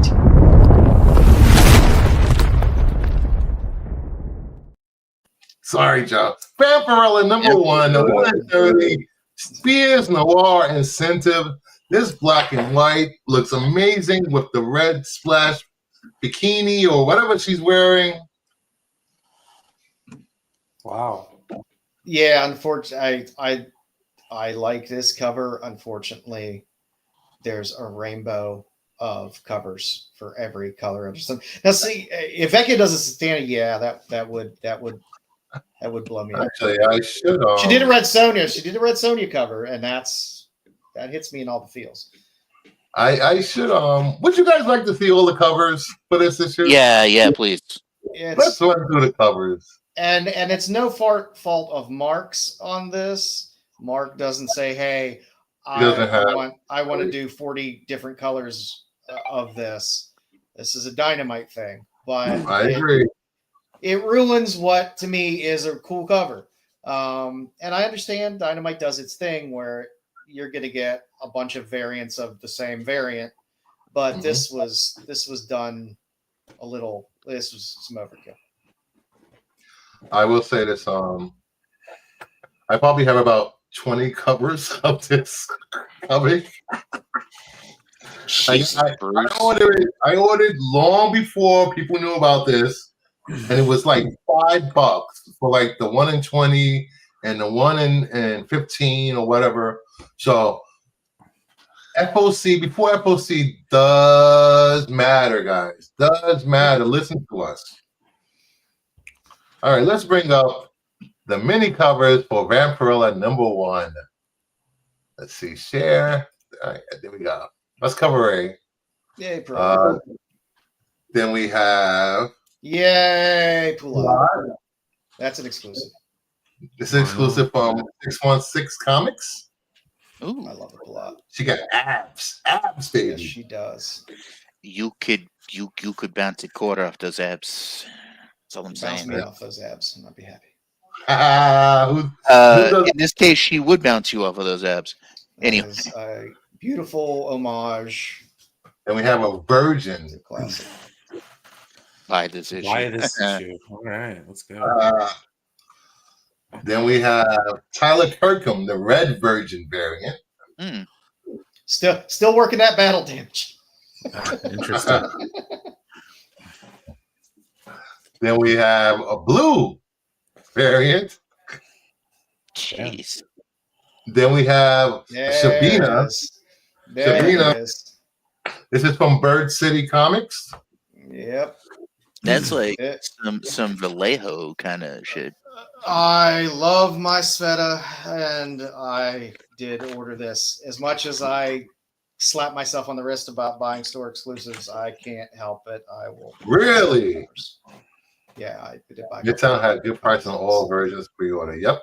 There we go. Perillo is my go-to for Vampirella getting his covers too. Yeah, Perillo has just been killing it with Vampirella stuff. It's just been beautiful, beautiful covers. But Sveta all day long. Greg Land. Huh. Not bad. That's a thumbnail, guys, I think. Then we have Mark Spears. This is the trade dress, straight up. Trade dress, regular cover, first cover. Then we have Shazodis. I like Elias has been killing it lately too. He's had some really good covers. And this was on my thumbnail a few weeks ago, actually, for FOC. But Lisa, did you also order the number 3 1 in 25 for Pin Apocalypse of hers? And I did see a preview for a number 2 second printing 25 that's out there as well. We got Vampirella the cosplay. Oh, hello. She's real, guys. She's real. Cosplay covers are fun. Then we have a foil of this. Then we have a virgin foil. Then we have a blank. Then we have a censored Perillo. Hopefully it's not censored when you buy it. It's not. Then we have the metal Brillo. cover, Perillo, another Virgin Perillo. Then we have the Ancleto 1 in 10. I like Jay. Jay does some nice stuff. We have the Virgin cosplays. You can see there's a pattern here.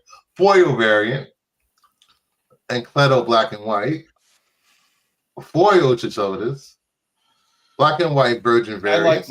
I like that Ancleto Virgin. Black and white.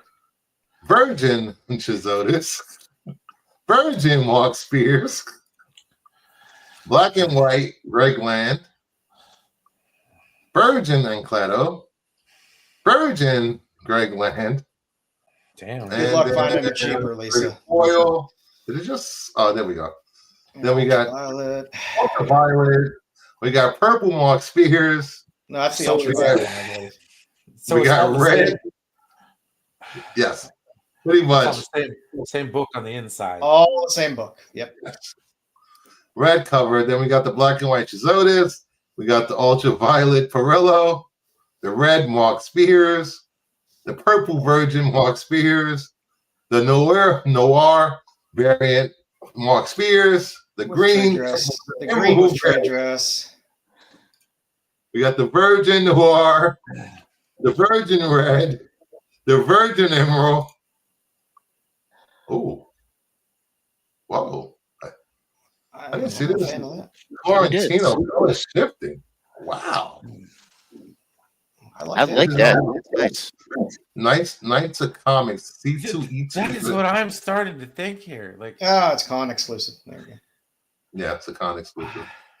What are you thinking, Brian? I can't see the chat. Ooh, I like that even better. I'm just trying to wrap my brain around this. That's all. Like, Yeah, it's a little crazy. La Mole, this is coming from Sal. Little Archer. Little Archer. I got that same cover with like 9 different color variants, guys. So up to your wallet out if you want the blue topless version. I will say I have been a sucker for multiple covers of the same art, but I did buy that. Yes, I did buy that as well. Archie homage. Oh, that's neat. That's neat. I like that. Yeah, well, I pick up a lot of. I pick up almost all of Nuno's covers, so I had to get that. And then we're back to the beginning. Yeah, back to the beginning. So there are like what, 80 covers? Guy, there's a lot. Okay, let's catch up on the chat.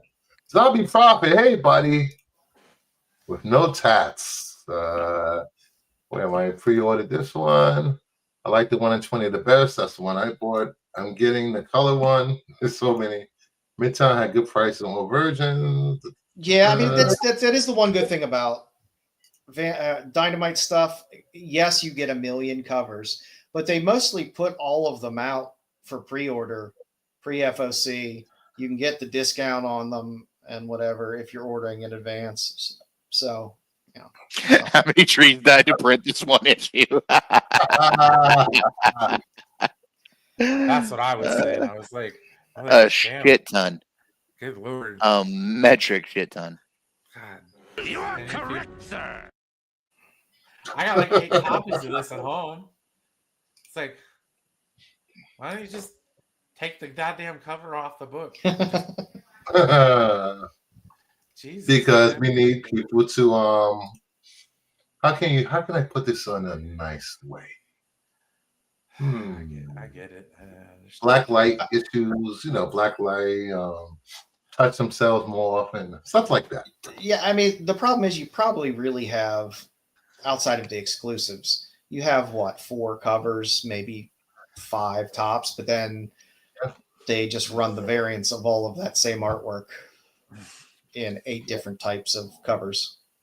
Over 10 covers is too much. Yeah. You obviously didn't see the Thundercats #1 covers from a few months ago. Also there were 100 plus covers. Also Dynamite. That's what they do. Also Dynamite. Silverhawk had a ton of covers. So, like I said, I mean, I wouldn't rush it. I wouldn't if you haven't gotten this, I wouldn't rush out to spend a ridiculous amount of money on it because like most Dynamite stuff, you can tend to find all these ratios really I, cheap. I will a say handful of this. months down the line. I will say this: this 1-in-30 was not on Midtown's site yet. Every other cover was there except for this issue. I'm thinking that they're going to put it up next week. Well, yeah, next week, because it wasn't up on their site to order this week. So, and let's get into some market report with some silver and golden age sales of books from Heritage Comics.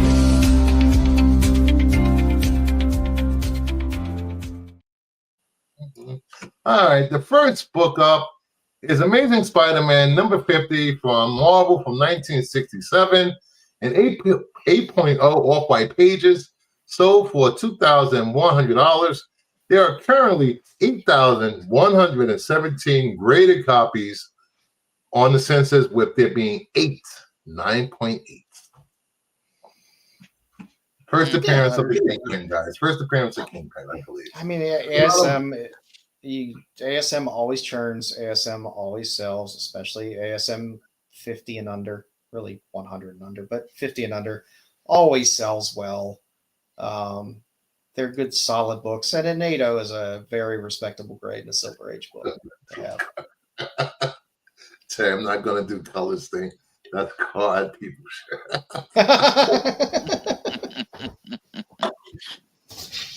Yeah, fuck that card shit.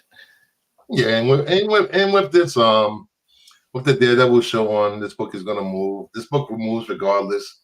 When it's a show, when it's not a show, when it's news, when it's not a show. Kingpin's a pretty well-known villain, so yeah, it is a pretty hateable villain if you really pay attention. And I'm surprised that an 8.0 is only sold for $2,000. That's not bad. I mean, there's a lot of these on the census, though, so you get significantly bigger jumps as you go up the grades, because there are enough up there above an 8 that makes it worthwhile. Yeah. So, next book on the list. What do we got? We have Fantastic Four, number 4, 1962. A CGC 70 white pages sold for $3,840. There are a total of 1,991 graded copies on the census. There are 9 sixes on the census. And I think the first Submariner in the Silver Age. You're correct. By the way, Submariner is going to be coming in this episode, in this issue. So it says it right there on the cover. What happened? Oh my god! Submariner is coming of the Submariner. Yeah. You see him there with Sue. Oh, Namor, no. Just saying. Not Namor. Namor has been canceled, guys. Namor is canceled. Namor, how dare you? No. You can set your watch to that haircut. That flat top that makes him look like he's got a keyboard radium. None of this got it. Was it the pressure of the water? Water pressure. Well, nothing is worse than the Golden Age stuff. The Submariner Golden Age stuff. His poor head just looks like a triangle. And we spoke about this character earlier. Jill said he'll take the character even if she was wrapped in shit. We have Hawkman number 4 from 1964, DC 8.5 off-white to white pages, sold for $1,560. There are 1,843 copies on the census. There are 3 9/8s. And what does it show? First appearance of Zatanna. Yeah. First appearance of Zatanna. Wait, what was that? Is she in the actual main story, or is she like a side story? I'd have to pull out my rod. I'm trying to remember. I have the oh no, that's the panel from the Atom where I have it. I think it might be a secondary story. Because a lot of these older books had secondary stories. Oh yeah, well, all of the Silver Age stuff, you get like 7 stories in every goddamn thing. But you can pick up what is it, Atom 16 or 19, or you can get her on the cover for the first time if you want a cheaper buy-in. Yep. Yeah, you know, and most asking prices for this on eBay is like well north of $2,000 for the same grade.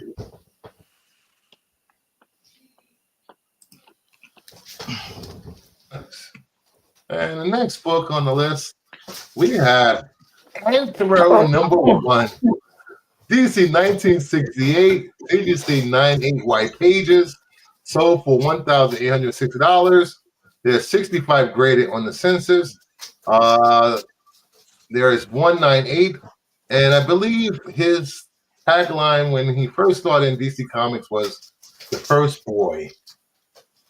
He was the first human, allegedly first human born, first modern human born from Neanderthals. The battle of the sexes, that's kind of pushing it for 68. I mean, weren't most comic book women damsels in distress back then? Good old Andrew. How about that for the top just going back? God damn that show. Hulk, Incredible Hulk. The trial of the Trial of the Hulk with Thor? Yeah. Yeah. And this is not Anthro's first appearance. His first appearance was in Showcase 70 something. I can't remember the exact issue, but it's a good cover. Anthro? Yeah, There you Anthro. go. There you go. What's that? Yeah, there There we you go. She's in there in the very first intro page there. The girl who split in two. I'm not even gonna you get part 1 and part 2 in there. The girl who split. I'm not gonna go with what I. Oh my! Please don't. Yeah, you made me dig out my raw copy because I had a This brain. is a family show. My ass. This is a family show. All right, and finally, for the last book on the market report, we have Showcase #6 from 1957. A CGC 6.0 white pages sold for $1,980. There are 242 graded on the census. 5 9.0s, 9.0 being the highest grade on the census. Look, guys, it's the first Fantastic Four. Jack Kirby created this team long before the Fantastic Four. I love Showcase. I love picking up Showcase and Brave and the Bold are two of my favorite. And it was Showcase 74, which had Anthro first appearance. Yeah, I was right. Yeah. Showcase had so many fun. And that is a badass cover. It says, "Could it be you?" Anthro, could it be you? Badass cover. Like standing there holding a war hammer. How is that big as whatever that is in an egg? What? How is I don't know how it's fitting. I don't know how it's Hanging fitting in on? that fucking egg, but yeah. Maybe the egg is like the TARDIS inside. Maybe It's maybe like a Ooh, what's it called? maybe it's an infinite space inside that egg. You know. No, It could be. it tells me right on the cover that it's a like a- giant fossil egg. like a clown car, dude, on the inside of it. No, it hatches and several of them pop out of it. Yes, D'Onofrio did play Thor in Adventures in Babysitting. Yes, he did. He was the mechanic, but she saw him as Thor. Gave him her hand. I have to go back and see that. You've Please never show the seen main Adventures in cover Babysitting? for Camilla Unbound. They have seen the flop. They need to see the Mexicool cover. Alrighty, I will dig that up here. Dig it up. Diggy hole. Diggy hole. And for the longest time, Challenge the Unknown was a very popular. Yes, I movement. know. I made the Fantastic Four. I know I made the Fantastic Four dig, but And there's a very famous issue of Challenge of the Unknown issue 3, which everyone believes is Kirby testing out the Fantastic Four because they wanted number 3. Yes, he go on. One of the members of Challenges goes to space and gains invisibility, stretching, and flame on powers. Oh, here we go. Joe, what do you got? Oh, the Camilla. Yeah. Mm. Yeah, that's the flops there on the right on the current Kickstarter that's going on right now. Censored. Mm. Lisa's already in. And you got that nice and you got that nice Asperia in the middle as well. Also still going on Kickstarter. Carmella. Oh, the vampire. Okay, I got you. I know what that is now. Good girl. Good girl, Lisa. Good girl. That Jamboree Jabberjaw is a nice cover too. Yeah, there's a lot of good covers in Jabberjaw as well. And now to get to FOC. FOC.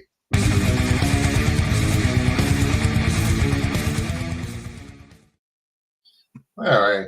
For Ultimate FOC, we have FOC ends on the 24th at midnight. So make sure you go to your local LCS, put your orders in early, or your digital LCS, like Midtown and My Comic Shop, or whoever you use.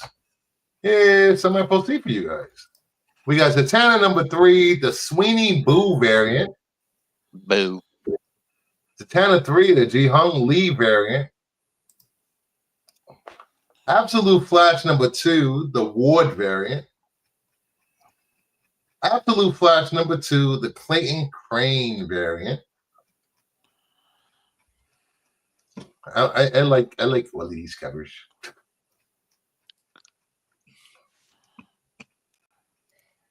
I even like Crane's cover. I really like that Crane cover, and I like that Lee cover. Shells are name dropped in Superman. Ooh, what? Charles? Charles?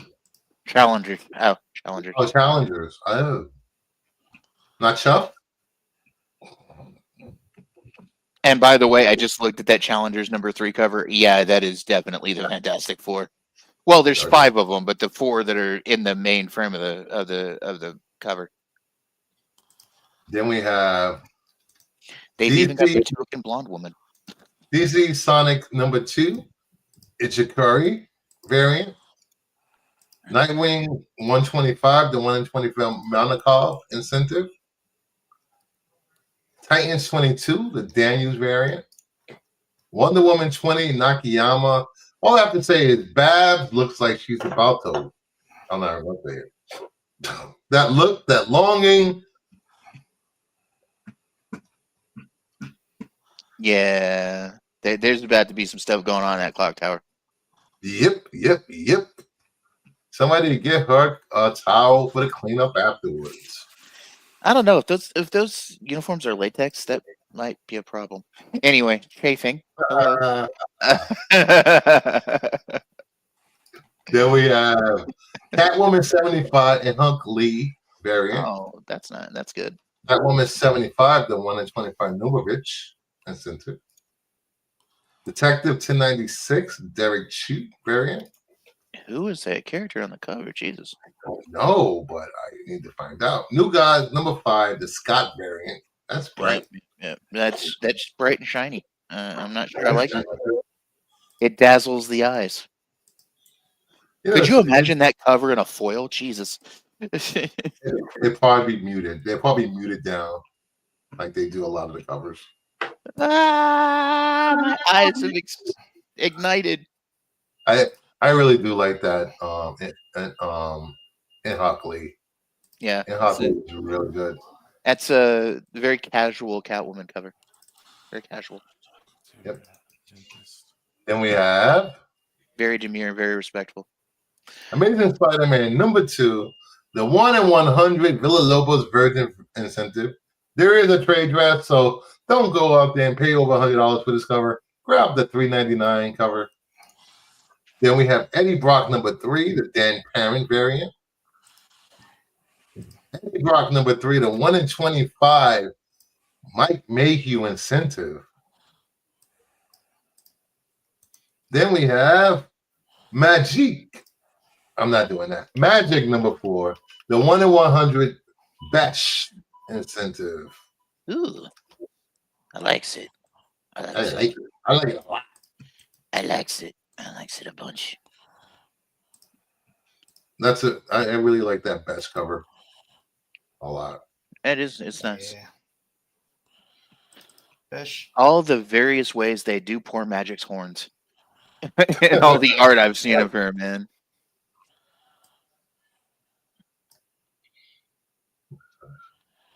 Ooh.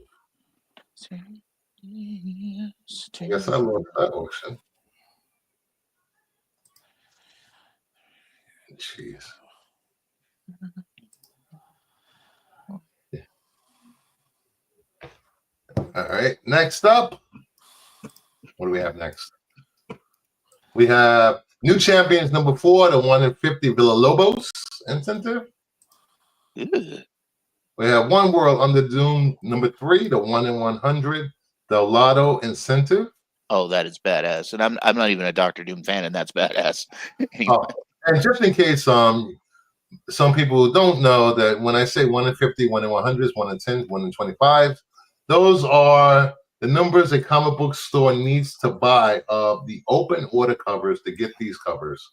So they will have to buy 50 covers of the new champions to get this cover, 100 copies of One World on the Doom, the A through whatever, to get this cover. Then we have Ultimate Black Panther 15 and 1 in 25 new incentive. Then we have your Friendly Neighborhood Spider-Man number 5, the Dead Parent incentive.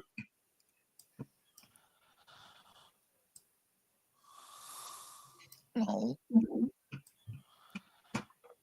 Stan Lee read DC's My Greatest Adventure 80, and 3 months later, the X-Men debuted.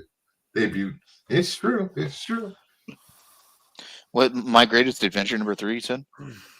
Number 80. Brady. That's the first appearance of Doom Patrol. X-Men is just a copy of Doom Patrol.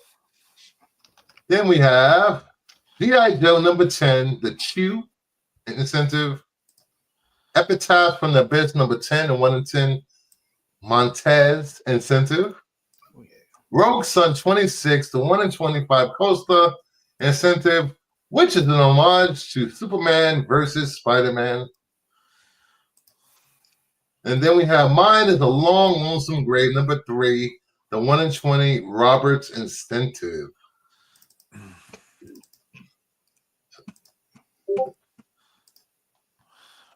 I really like these covers a lot. That Abyss cover it's an homage. I forgot what issue it is. It's homaging. I'd have to Tales from dig the out Crypt all my cover. old AC stuff. It's a Tales from the Crypt cover, I believe. Yeah, definitely. Just can't remember what issue. And then we have Penthouse Comics number 2, the Milana variant. I had to throw a Penthouse in here for Joe. Thank you. Ew. Is this the one you were talking about, Terry? The Mexafunk cover? Whoa! Oh, it's safe. That's the safe cover. It's covered with Okay. blood. Yeah, it's whoa. Hey, look, it's See, just like SFW, safe for work. There you go. it's just like it's just like Reanimator. It's a blonde chick and a head. Yeah, the Mexafunk. There's a blue background cover that's the not safe for work version of that. But I question your taste, Terry. Hey, Joe, you're gonna have to show me that. I don't question your taste at all, Terry. I enjoy your taste. Yeah. You're gonna have to see the uncensored cover after the show, Joe. Uncensored. And then we have Godzilla versus Los Angeles number 1. Let's see if everybody jump on a ratio for this. I can't even get it on FOC. Cover A, Gonzo variant. The 1 in 25 Hardman black and white, which is just cover A, which I don't like that.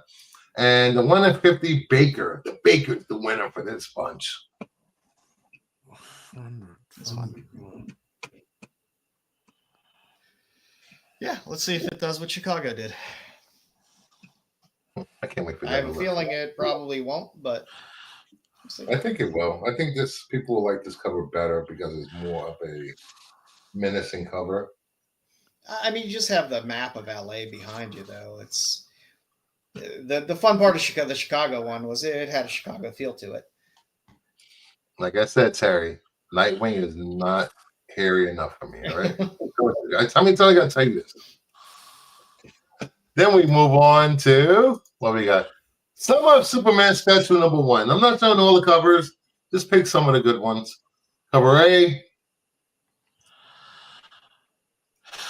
The Lozano. There it is. That Lozano is where it's at. Then we have the Jiang variant with Lobo, which is killer. I'm just gonna say Lozano over and over again because that covers Lozano. And we have nice, wholesome Clark Kent, the 1 in 25 Dan Jordan. Yes, I will be buying the Lozano cover for that. Lots of them. With some really good covers on Apple. Lozano is good. Don't sleep on Lozano. This cover will put his name in people's mouths, definitely. But it'll be average, but that makes the yeah, it does. It does. And that skirt can't get any shorter. No. If it gets any shorter, you're going to be showing early morning dew. Yeah, you'll be seeing a little minge there if it gets any shorter. I did want to show this. The guy that sent me that Green Lantern DCU, he actually sent me this also. Green Lantern Silver Surfer. I've never seen this. Oh, that's interesting. At least that's a crossover that makes sense. Yeah. Yeah. You know how much I hate crossovers. I know you hate crossovers. All right, Brian, I haven't spoke to you in a while. Have you been watching Daredevil? I don't have Disney Plus, Oh. so kind of holding off for some Star Wars around the pike here. What was the last thing you watched? I don't know. I went on a 80s action movie kick because I was Those out are of fun. money, and there's something about a good Van Damme movie. Ah, yes. And then Dancing in the bar, right? Oh, Yeah. the movie I'm thinking about here. Okay, I'll be right back. Kickboxer is the epitome of the greatest. I mean, it's what every 80s action film wishes it could be. So good. At first, I thought Bloodsport was the best. No. Okay, Kickboxer takes it up a lot. Now, Bloodsport, I love Bloodsport.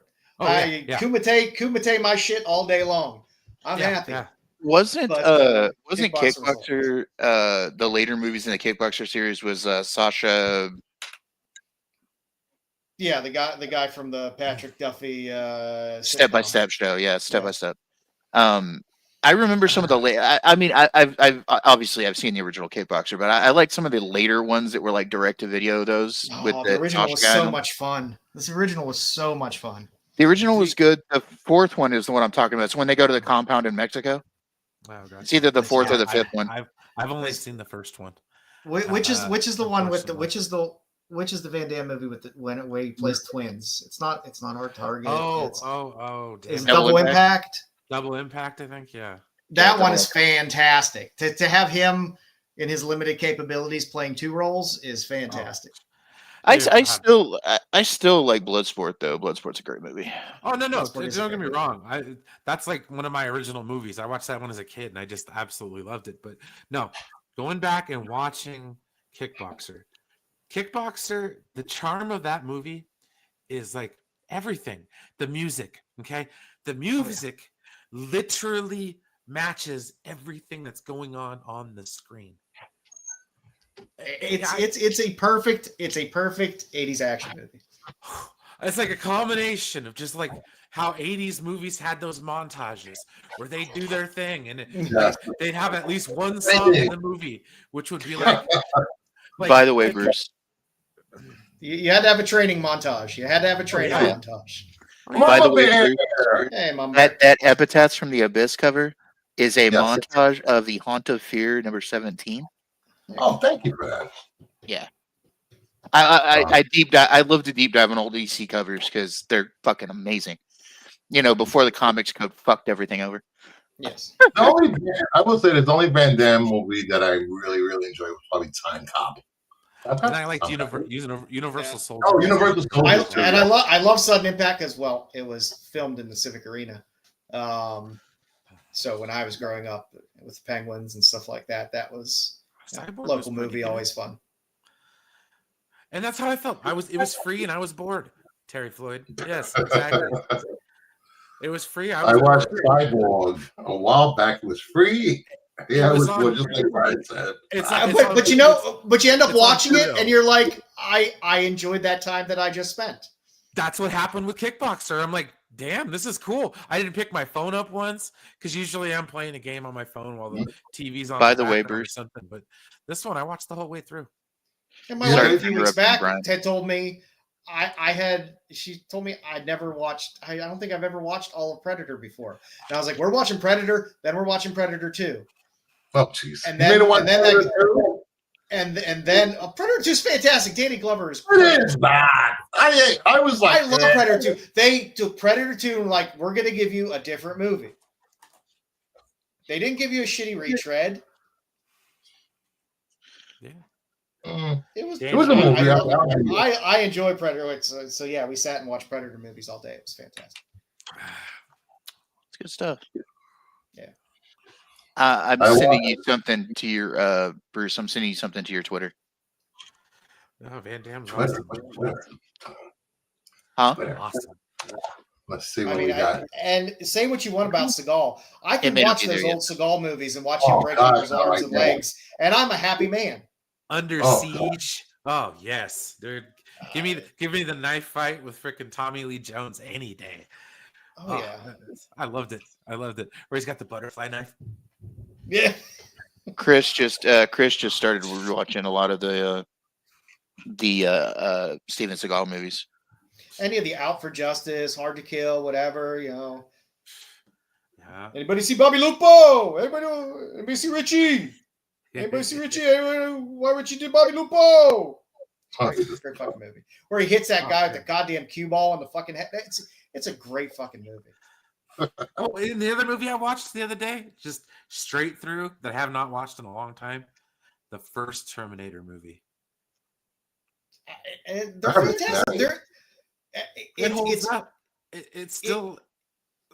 That's what kills me. I could watch those movies and they still hold up for me. I still get enjoyment, even though I've seen the movie before and whatever. There's very few movies nowadays that do that for me. I mean, you could still feel the tension when the Terminator is still like it's exoskeleton basically just crawling after freaking Sarah Connor, and you can still feel that like just 40 years later, Jesus, dude, like, I'm telling you, like that whole and then I watched T2 because that was also on there, and I don't know, I think T2 it's okay still, but I like the first one better. Bruce, T2 still holds up though. Private T2 chat definitely still holds up. You could watch it and be like, this is still a solid movie. It doesn't feel overly dated, and that's when like it was spectacle to see that stuff, and now every movie has that kind of effects in it. That's the shits. It's like, well, that's why I think that's why a lot of the modern day movies, it's like we're so desensitized because special effects aren't cool anymore. Like, remember Jurassic Park, guys? No, but you remember 1993 Jurassic Park when you've never seen anything like that before? Oh yeah, dude, we'll never get that back. Like now I got fucking Fast and Furious cars driving over fucking submarines and God knows what. Are they in space now? Avatar 17. Avatar 17. There you go. There we go. Oh, there you go. Nice. But yeah, no, dude, I'm just saying, like, I feel like a lot of those things that we thought were awesome and why we went and go to see movies and why movies were so great was because spectacle like that. Like, you'll never see it again. Hmm. Unless they come out with something. I still remember seeing Batman '89 in the theater. I'm And sorry it for was a that. spectacle. I saw all three. I saw all four of the Batmans from the '90s in the theater. Yeah, me too. Even Yeah, that horrible last one. They were all horrible, damn it. I will stick by that. I saw that horrible last one twice, sir, and I absolutely loved it. So, the Smashing Pumpkins dual output on that Dude, the album. Smashing Yeah. Pumpkins songs on that are great. Yeah, the end is the beginning is the end, and the beginning is the end is the beginning. What? Yeah. How do you get more deep than that? Your darkest hour, Billy Corgan. Yeah, come on my now. whole secret's changed. Yeah, Yeah, it's a great song. uh-huh. It had an R. Kelly song on there too, but we don't talk about that. Oh no, sir. we gonna put R. Kelly in a corner and leave him there. Right. All right, let's wrap this up. We have been going for almost 2.5 hours. Great show. Thank you guys for showing up. Of course. We will continue this talk behind the scenes, and maybe we'll do some reaction videos during the week if you guys are available. Please like, subscribe, leave comments on the rewatch. Make sure you subscribe to Renovision because that's the other place you can find me and Joe's doing. And there will be another DCU on the Hunt video, episode 5 this week. Viewer requested that I show all my, I guess, slabs for that episode. So I will be showing 10 slabs or 5 slabs, or I don't know. May split them between D and myself, but there will all be slabs shown for the next episode. Monday Madness will be back tomorrow night. I promise. I'm doing it. I'm doing it. We're gonna bring back adult talk to the movie talk and commentary community because everything else has just been child's play and yelling. Just saying. That's fine. I always thought this was. Yeah, it is. Yeah. We try to be adults out of here. It gets reduced to it. Yeah. As adults, It only gets reduced to it because people put way too much expectation on things. Well, that anyway. Oh, thank you, Terry. You notice. Somebody noticed. I'm not wearing a hat. I have hair. I don't. And you don't look as dark, and you don't look as old as certain Darksiders would assume. What? Whoa. I will be a proud 50 years old this year, so I don't give a damn.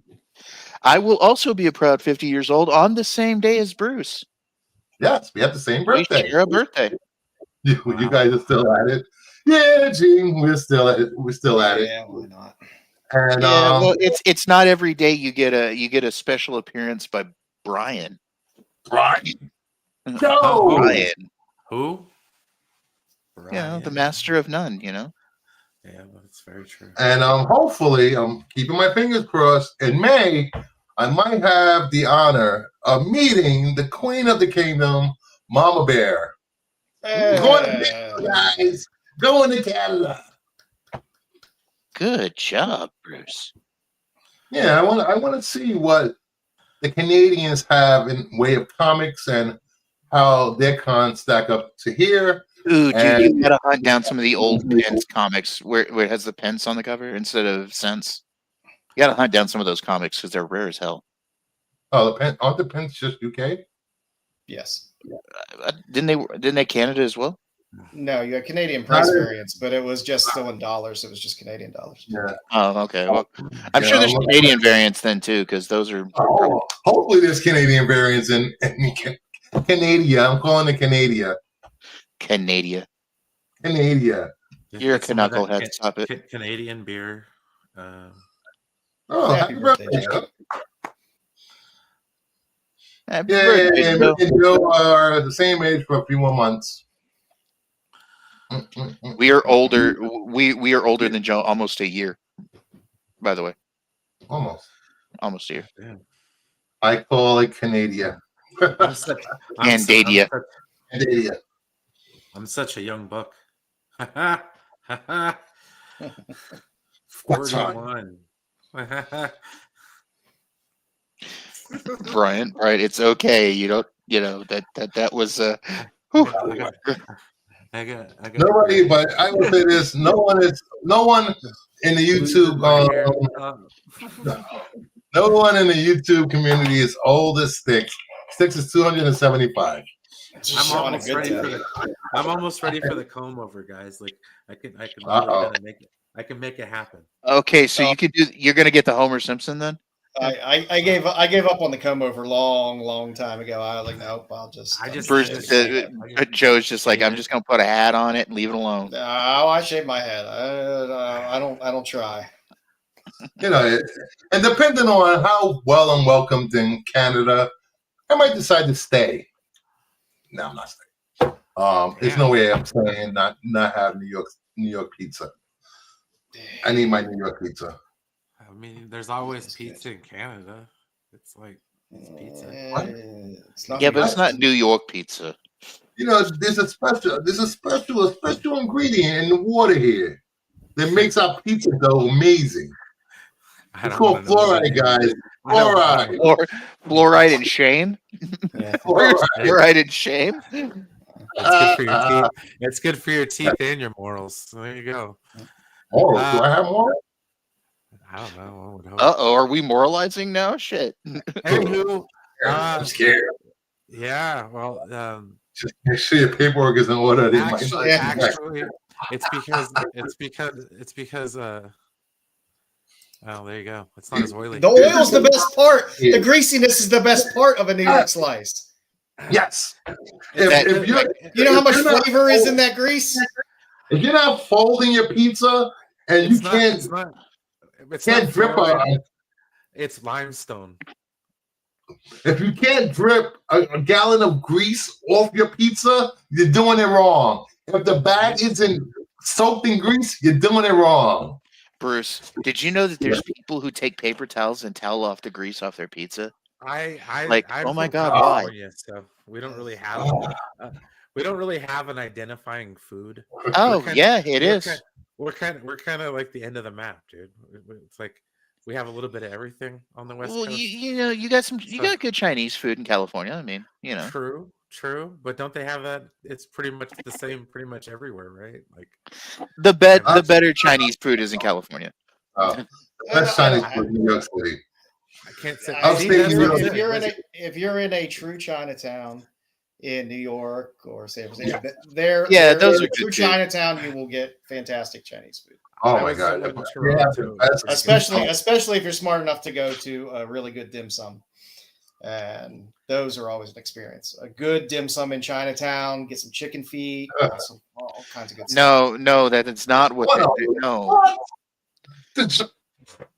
DiGiorno's. Okay, look, DiGiorno's good for easy at home, but if you want real pizza, man, you got to go to either Chicago or New York. The Chinese food tastes different. The rice is different. I'll go Detroit. I like my rectangle deep. My Chinese food is in China. Yeah, Joe. When was the last time you went to China? I just have to know. When was the last time you went to China, Joe? China, no, but Chinatown, yes. I mean, Joe made the comment that the best Chinese food's in China. I'm like, when was the last time you were in China, Joe? Come on. Well, it's not the same food either. Philadelphia has the best pizza. What? They have pizza in Philadelphia? What? I think so. I think it's called flatbread. It's flatbread, man. That's not pizza. It's a flatbread. Go just scramble and be quiet. That's what it is. It's a flatbread. Fight me. Years ago, but the owner retired and they never found the cook with this recipe. Oh, that's a shame. I don't know. We gotta get out of here. Pizza. It's all chain pizza, dude. Like, what was that chain pizza that it was like $15 a slice? Crap. Jesus. It was a chain pizza in New York that it was like $15 for a slice. It was ridiculous. It's ridiculous. When I was in Delaware, they had a place called Sopranos. It was a little mom and pop place, and they had New York style pizza. And they just you went to full, like the slices were like that. They were huge. and then you went to fold them, and like Exactly. there was a puddle. There was a puddle on the table. But you need that. The grease is what sobers you up after you've been drinking all night. You go grab a slice. That is true. And that grease is what sobers you up.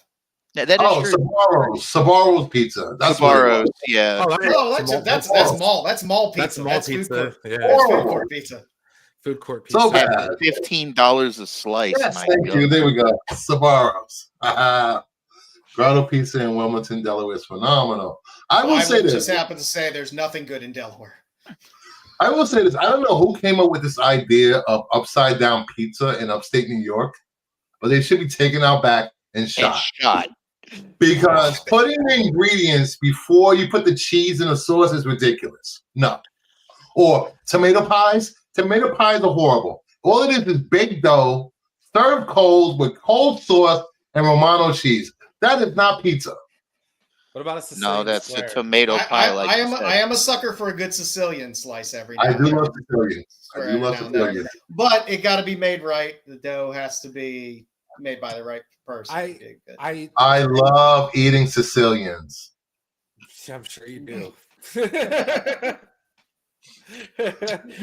I love pineapple pizza though. I do love pineapple. It's an abomination. I like Detroit style. You know, Joe, I thought as you did at one point that pineapple on pizza was an abomination, and then you realized I was correct. It is an abomination. I was brought to the dark side, and the ham and the pineapple together on the cheese is so good. Yeah. You know what's a better choice with the ham? Bacon. Ham and bacon together. There you go. That is a winner. Mama Bear.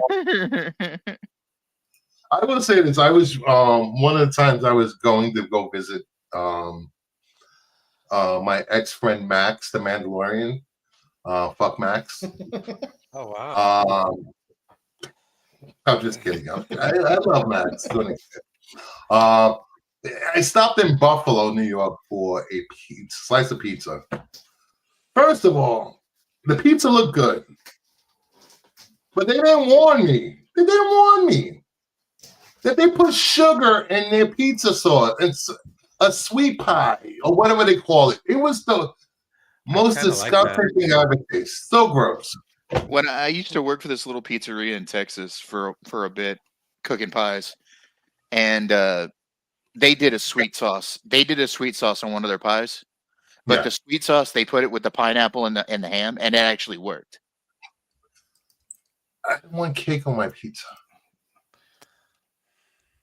I mean, it was a muted sweet sauce. It wasn't like you were eating it's a sack of sugar. It's but, like the big New Yorker pizza from Pizza Hut. It has a sweet sauce.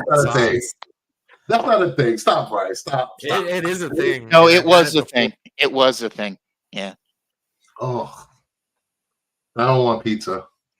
But I will say if you go back to Pittsburgh and see Max, have him take you to Aiello's pizza, and that is proper good Italian old school pizza.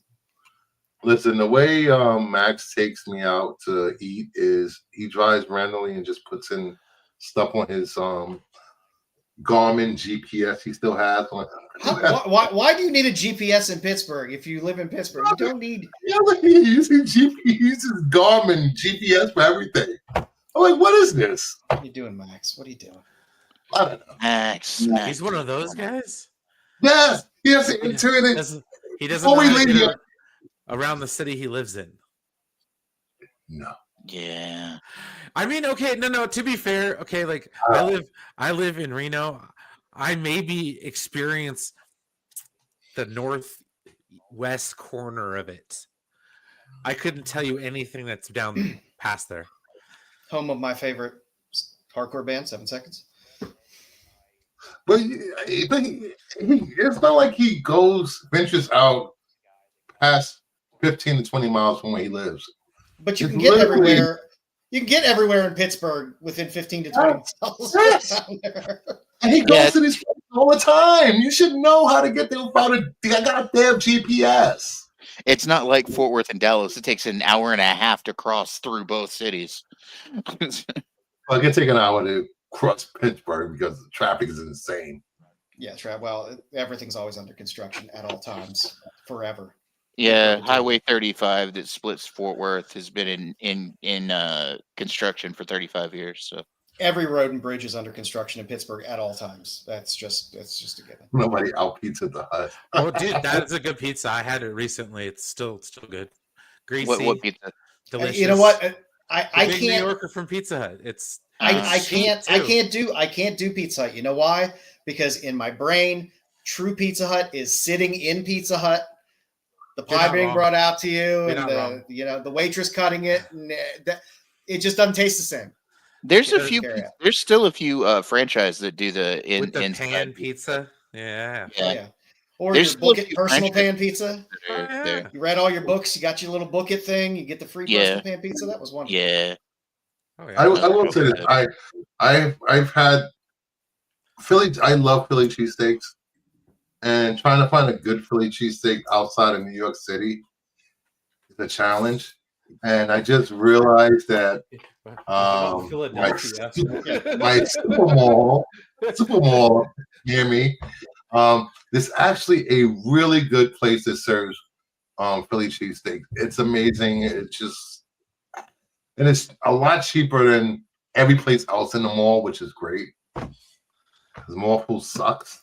Oh, look at this. Rob's Fat Stacks. Thank you, buddy, for gifting 5 memberships. Let me see who got these memberships. If you haven't checked out Rob Fat Stacks channel, please head over to Rob Fat Stacks channel. If one of the mods would be so kind to put it in the chat for me, the link for his channel. Rob is part of Comics Curing Cancer.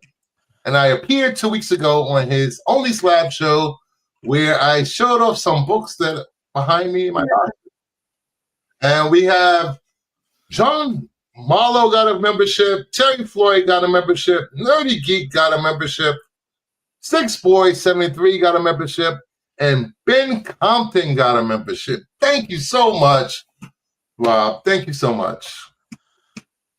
And if anybody want to help out or help out his cause, please check him out on Instagram, Rob Fat Stacks, or message him in a video, because fuck cancer, and he could use all the help and volunteers he can get for the cause. So thank you. Smacked my microphone. Ow. Now everyone hit the thumbs up. Thank you so much for that. Man, everybody's rushing. Thanks, Rob. There we go. Thank you, everyone. Are we talking about any other regional food that we hate and love? Or there's very little I dislike. See, I live in small town Missouri, and I'm like 4 hours away from Chicago, and I'm seriously, the next time I'm in Chicago, gonna actually grab a real Chicago deep dish. Oh God, I'm sorry. But there's a place. You mean lasagna? You mean quiche? There's a place that Chris was telling me about here. It's they do loose meat sandwiches. It's called Made Right. That I'm gonna try out too. I don't know. It's hard to find a good hoagie where I'm at. Philly now, and I'm sure Joe can attest to this. Philly, outside of the cheesesteaks, you can get some great Italian hoagies in Philly. And it is an art. It's not just throwing meat and cheese on the sandwich. Yeah. One thing about here in this little town, they call it a city, but for me it's a town. I don't need mushrooms on my Philly cheesesteaks. No. Mushrooms on Philly cheesesteak. No, don't do it. I don't do mushrooms or onions on my Phillies, but haters. I'll do peppers though. Ooh, I'll do peppers though. I do like peppers. I used peppers, to go bacon, extra whiz. Get out of here, man. Whiz. Cheese whiz. I used to well, yeah. It's not a Philly without cheese whiz. Get out of here. Yeah. There you go. I used to be very, very particular about my Gouda on my Philly cheesesteak. Gouda. Provolone cheese and jalapenos. Gouda. Get the onions. Yes, onions. No mushrooms. And you're here talking crap. Oh, get on. Get on. I like provolone on my Philly cheesesteaks. Yeah, I I will agree with you on that. I will agree with you on that. Provolone's good. Just not smoked Goddamn, now I'm provolone. hungry. Mushrooms taste like shoe soles. They look like it too. There are only three cheeses to put on Philly. There are only three acceptable cheeses to put on Philly cheesesteak: American, provolone, and cheese whiz. That is fair. Provolone is the best. The very first cheesesteak ever made was with provolone. And mushrooms do not go in everything, Lisa. Boo, Lisa. The provolone's important because the way the provolone melts on the cheese, it kind of holds the steak together. Yeah. Whereas American's messy and cheese whiz is just a clusterfuck. I have a beard. Yeah, but it's amazing. It tastes. Yeah, but you know what it's like getting cheese whiz out of this? It's not fun. This is why I shaved mine. Everything was getting caught in my beard that I had. And besides, I looked like I was like 55 at least. I was like, nope, cut it off. I was going to go without the beard. Then my friend was like, you know, everybody's going to make fun of you for looking like a baby, right? I'm like, All right, here we go. The mushrooms and onions should be browned in steak grease. The bread dough can really make or break a cheesesteak. Yeah, that's true. The bread could make, No cheese was hard with American cheese. No, because it's mostly made out of oil. Yeah. What? Yeah. Kaiser roll. Ooh. I love Havarti cheese. I think that would go good on cheese. Havarti. Wow. Maybe, but that's getting a little. Provolone, you need a provolone's perfect. It's a mild cheese. Doesn't take away from everything. Hashtag, when is Rob wearing a kilt? Rob, when are you wearing a kilt for your fans? Summer. I can go for a French dip though. Oh, we're talking. Oh, French dip is a winner of a fucking sandwich, man. I will never pass up a French dip. Yeah, same with here. Mushrooms. Oh okay. Yeah, with mushrooms. Well, that's different. French dip with mushrooms, sure, but when you're putting cheese whiz on a sandwich, mushrooms don't go on there, man. I'm sorry. I've had no, sir. I've done it, dude. There used to be this place in town called Little Philadelphia Cheesesteak, and they had this thing called the Works, and it was literally Works, man. And I'd ask for extra cheese whiz on that sumbitch, and it had the peppers, it had the mushrooms, it had bacon on it, brother. This thing was, just top notch, man. Top fucking notch.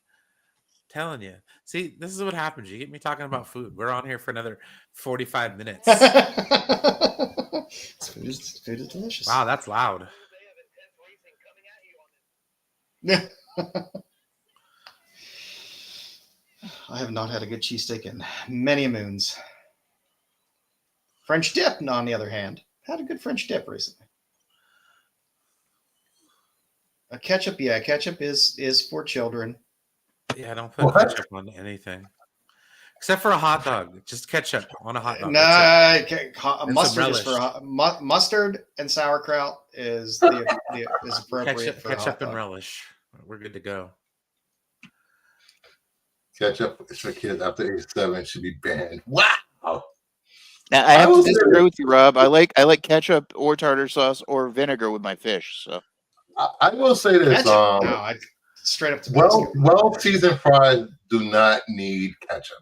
No, they don't. But they do not. But how many places know how to make well seasoned fries? Dude,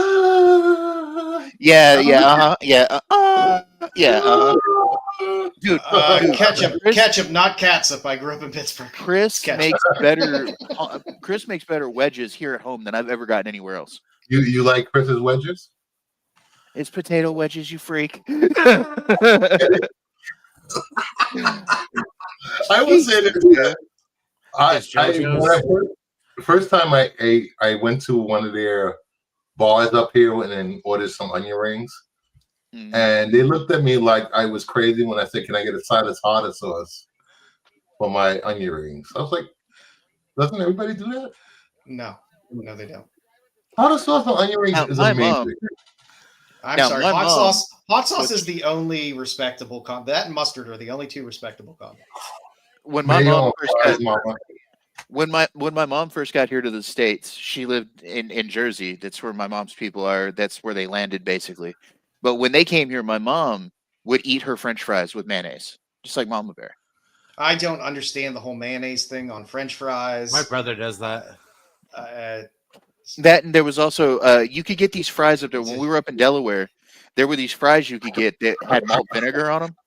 They were vinegar fries. Those were actually pretty good. Boardwalk fries are good. I agree. Ketchup does not belong on a hot dog ever. Ever. No. Yeah, it does. Yeah, it does. Ketchup and relish. Ketchup I will put under my chili. I will put ketchup on it first, then put my chili, then my onions and cheese. Really? Yeah.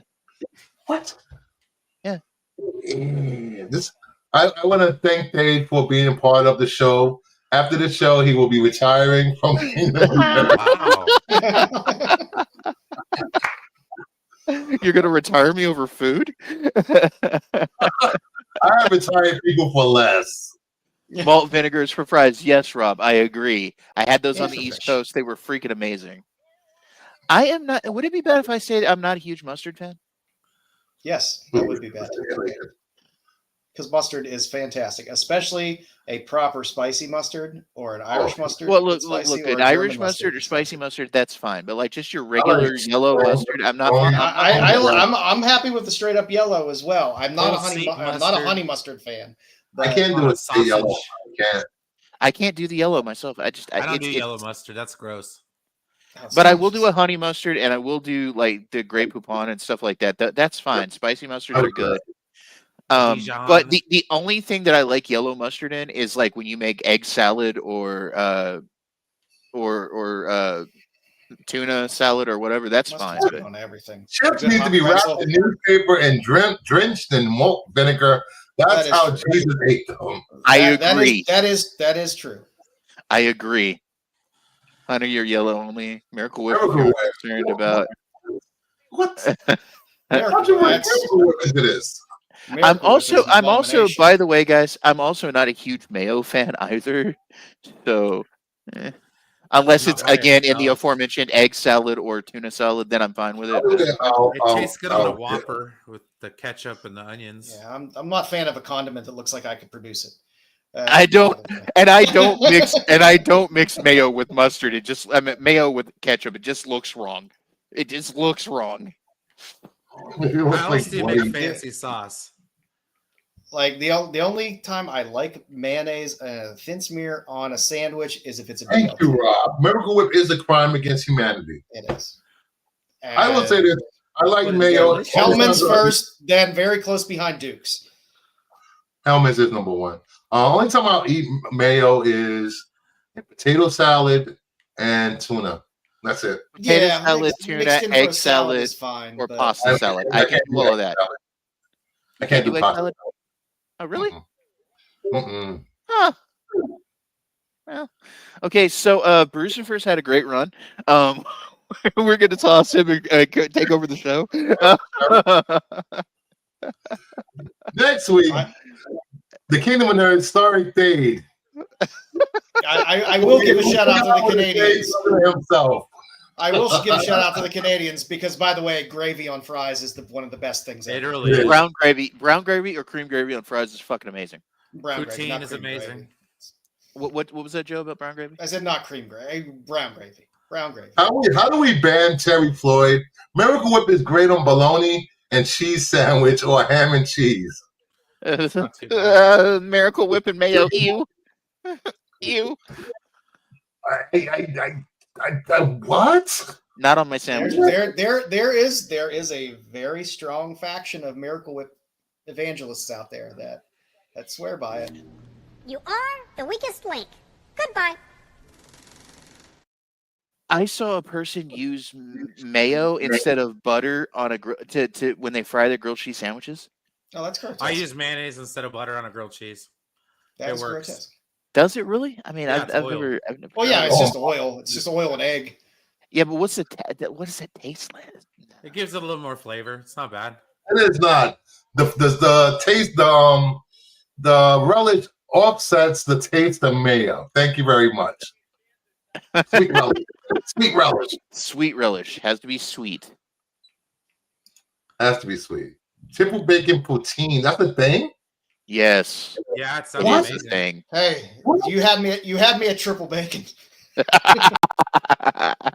Oh, that's right. Yes, It's from the South is a different Dude, style of I cuisine. grew up in Texas. I am But from the South, Texas man. isn't Like, the South. Texas is Texas. Oh, it's not a cuisine. Well, it depends. There's low country and high country in the South. There are two distinct cuisines down there. Now let's go with your favorite pepper sauce. Not hottest. Just something to complement the food source. It Mine all is depends what you're fire. eating. It all depends what you're eating because I love Tabasco, just straight original Tabasco on fish sandwiches. I love Red Hot on my eggs. If I'm eating Mexican food, I like Cholula or El Tapatio. Yucatan. Tapatio I can put on anything. I'm a fan of horsey sauce. From Arby's. And you also got Texas Pete. Texas Pete's also a good winner on multiple things. I'm not a big fan of spicy sauces or pepper sauces. Oh, I love hot sauce. Church I don't go for like I need a super hot sauce, but with mayo. dude, I love anybody who's lived with me can tell you like hot sauces in the cabinet, man. Like always. And it's usually like Oh, and I like sriracha too. yeah, sriracha's great. And for me, it's like there's like if I had my druthers, there's several different types of hot sauce in the cabinet. Just depends on my mood.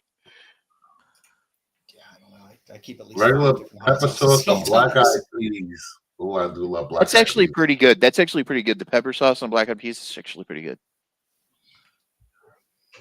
I can't believe we just spent like 40 minutes talking about food. It started. So this is awesome. And now I'm hungry. I haven't eaten dinner yet. That's what happens when you bring Brian on. Yeah, we do talk We just about talked food. about food. I do get sidetracked. Sorry. Now Ryan, because of Terry, Ryan. now because of Terry, I got to go get barbecue tomorrow. They got good collards there, so it's, Oh, I do like a good collard. I can't even order anything good right now on DoorDash. Everything is closed here. I hate living here. Can't even go to the bodega and get a chopped cheese. I'm about to go make something here in a minute. Kimchi is also good on black eyed peas. it is. Or just if you have some gochujang, just Gochujang. Gochujang is also good. I'm If not you real like the sure Korean about flavor. kimchi just off the top of my head, but like I haven't had it a lot, so It smells god awful because my wife eats it Oh, all the yeah. time. It stinks up my house. A Whopper. But it is extremely good for you. well, it's because they ferment that shit in the ground for months. Yes. MPM used to stay open till midnight. Yeah, everything closes here like around 9, 10 o'clock on Sundays. It sucks. You think that's But- bad? You think that's bad? I live in small town Missouri. Everything closed. The streets roll up at 9. Okay. There's maybe a convenience store that's open. The one across the street from us is open because it's a truck stop. Oh my god. Now I want to win an award for best food content on a comic stream. Yeah. Let's get out of here. It's almost 3 hours. Thank you everyone for showing up. Thank you once again, Rob, for the memberships. Dave, Brian, Joe's. We do this. How long have we been doing this? A year, a little over a year, A year or so, year plus, Yeah. maybe. and I've been with Yeah. you since the 7th I lose- episode in. So I lose Yeah. track of time after a while. Yeah, it's true. But we try to be here every Sunday we can. And we'll be dropping more videos this week. Hopefully, I can get. That is a good call, Terry. The Budweiser and tomato juice is a winner. I also am a fan of just Budweiser and Tabasco, which is also a winner. Budweiser and tomato juice? Mm-hmm. Oh, Red beer, man. So good. that sounds bad. Clamato. Clamato. Still sounds bad. So- Fantastic. So please hit the notification so you know when we're going live, when I drop videos, and follow me on Instagram so you know when I'm making guest appearances in other shows and hanging out with other YouTubers because I love this community. I love you guys, and don't forget if you want a grail, a key, skip all those store exclusives and save your money because you're not going to flip an exclusive for a grail or a key. Save your money. Don't get FOMO and have a good night.